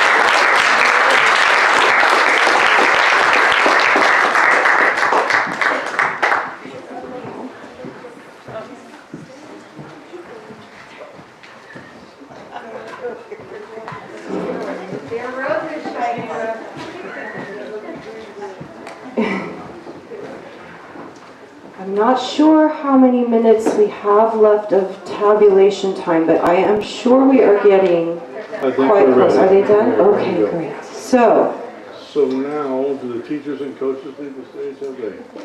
Teachers and coaches have cleared the stage. Yep. Just the students remain.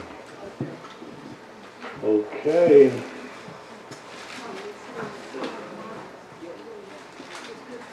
Okay. Ready?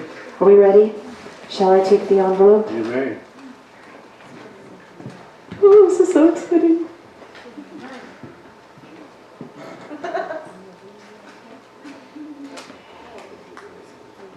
So, all these students are quite remarkable. We do have a prize for second and first place, so the second place student will receive a prize of $50 and will be our alternate candidate for the state competition. Second place prize of $50 goes to Isis Keys of Trinity High School. Congratulations, Isis. I have a check for you here. On behalf of the Trinity County Arts Council, congratulations.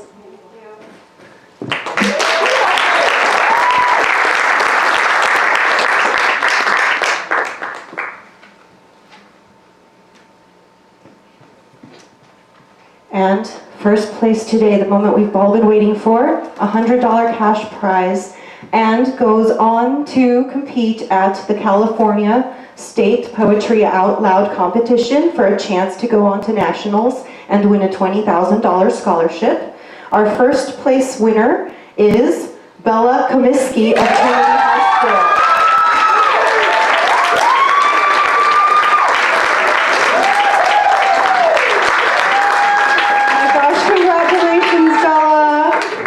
I know, this is a big moment. You look so surprised.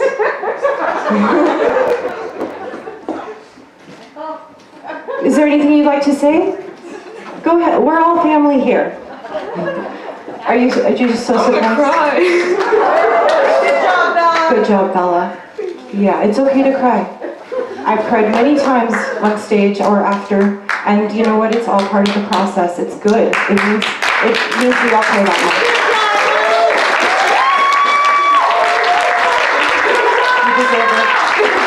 Congratulations.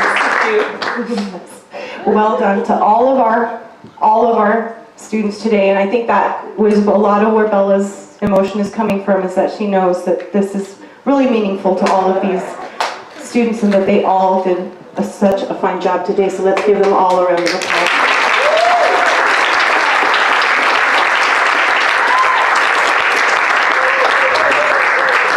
At this time, we would like to have all the students take their seats, please.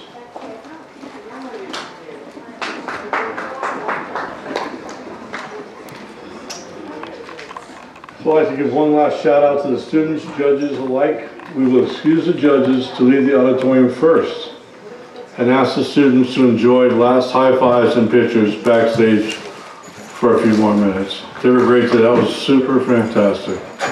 Good for all of them. The Art Council wants to recognize again the family members and friends that came to support the student competitors. That support means a lot to every student.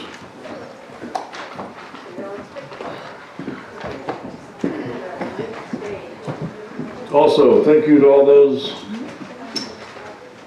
filling the important poetry out loud roles that made this program possible tonight. Judges, promoters, score collectors, Fabio Robles as a tabulator, runners as well as the Art Council members in the lobby, volunteers here and those who stayed home, backstage assistants, theater and technical assistants, those who were volunteered as they walked in a couple hours ago, Maggie Alford with her enjoyable music, and to all of you who made the efforts to maintain COVID safety protocols. The Art Council appreciates you. So parents and friends, there are refreshments still available in the lobby and outdoor in the reception area. Unlike days gone by, please do not crowd around that area in front of the stage. Instead, maybe enjoy some fresh air outdoors. The Poetry Out Loud banner will be moved from the stage out to the lobby so that you can get some photos with your student out there. So from the Trinity County Arts Council to our in-person and virtual audiences, thank you for being a part of this and for encouraging these students. We wish you a good evening and stay safe. Good night.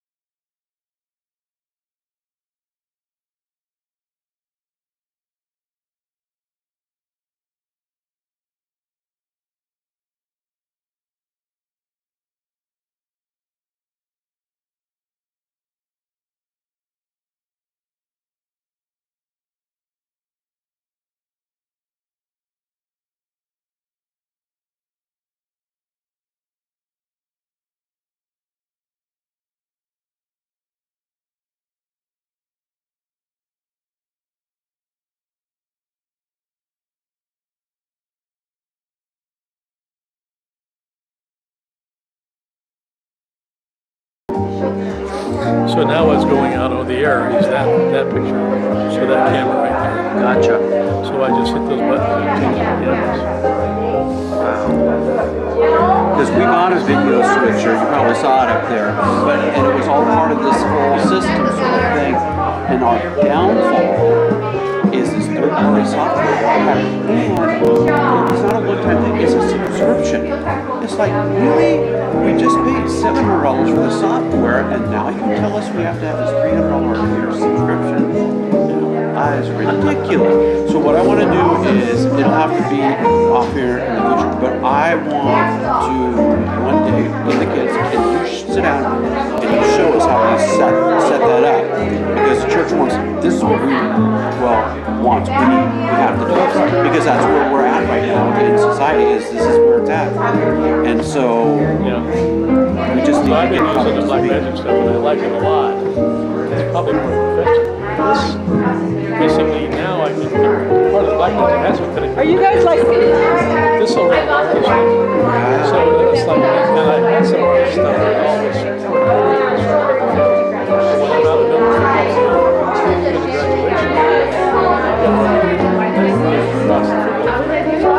so the fact that this is wireless and it has the multiple outlets, really substitute that I can use this as well as mine. Could you use those lights down there? These are live because I've done about 30 feet.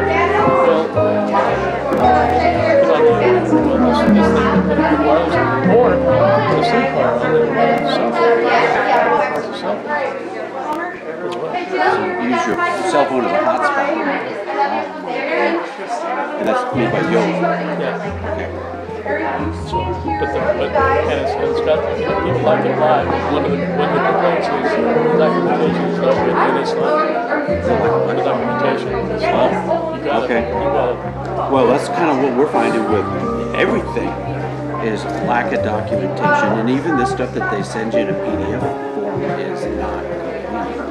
It's not enough direction. I mean, specific picture directions. It assumes a lot more than that. So when you plug it in, it says how do I get it? Plug it in, and then later I'm saying, well, how do I get it? Wi-Fi don't work. Do I have to reset it or whatever? There's an icon on it. It's not this one.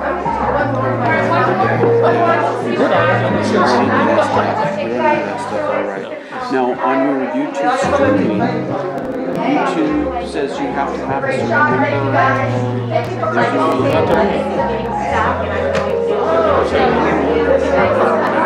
I have probably 100 subscribers. But they have never. They've never had a limit on that? Never said anything. Because when the kids try to get us on to YouTube stream, it's qualified. So what we can do with YouTube, we record it and then upload it. With Facebook, we just do it. I have never had any. The only thing I get from YouTube is if they play copyrighted music. Joe, why don't you go ahead and go on home, send Joel back down after me. We're going to be here a while cleaning this up. I have to put all this stuff away and get it shut down. I know that the Lions Club is going to be here in a few days, like 3 days or 4 days or something. The Lions Club for their speech contest. And I asked Monica, how would you like me to leave it set up so that your folks stay socially distanced as well? And she said, yeah. What do you think? You're going to do the speech contest here? That's what she said. Yep. Are you filming it? No, I'm a judge for it. Oh, you're a judge. So, you okay with, she said they'd take it down if they didn't meet it. I don't have a problem with it, but I'm not the ruler. Yeah, so who knows what the schedule is? That's probably who I should ask, right? French, that's who I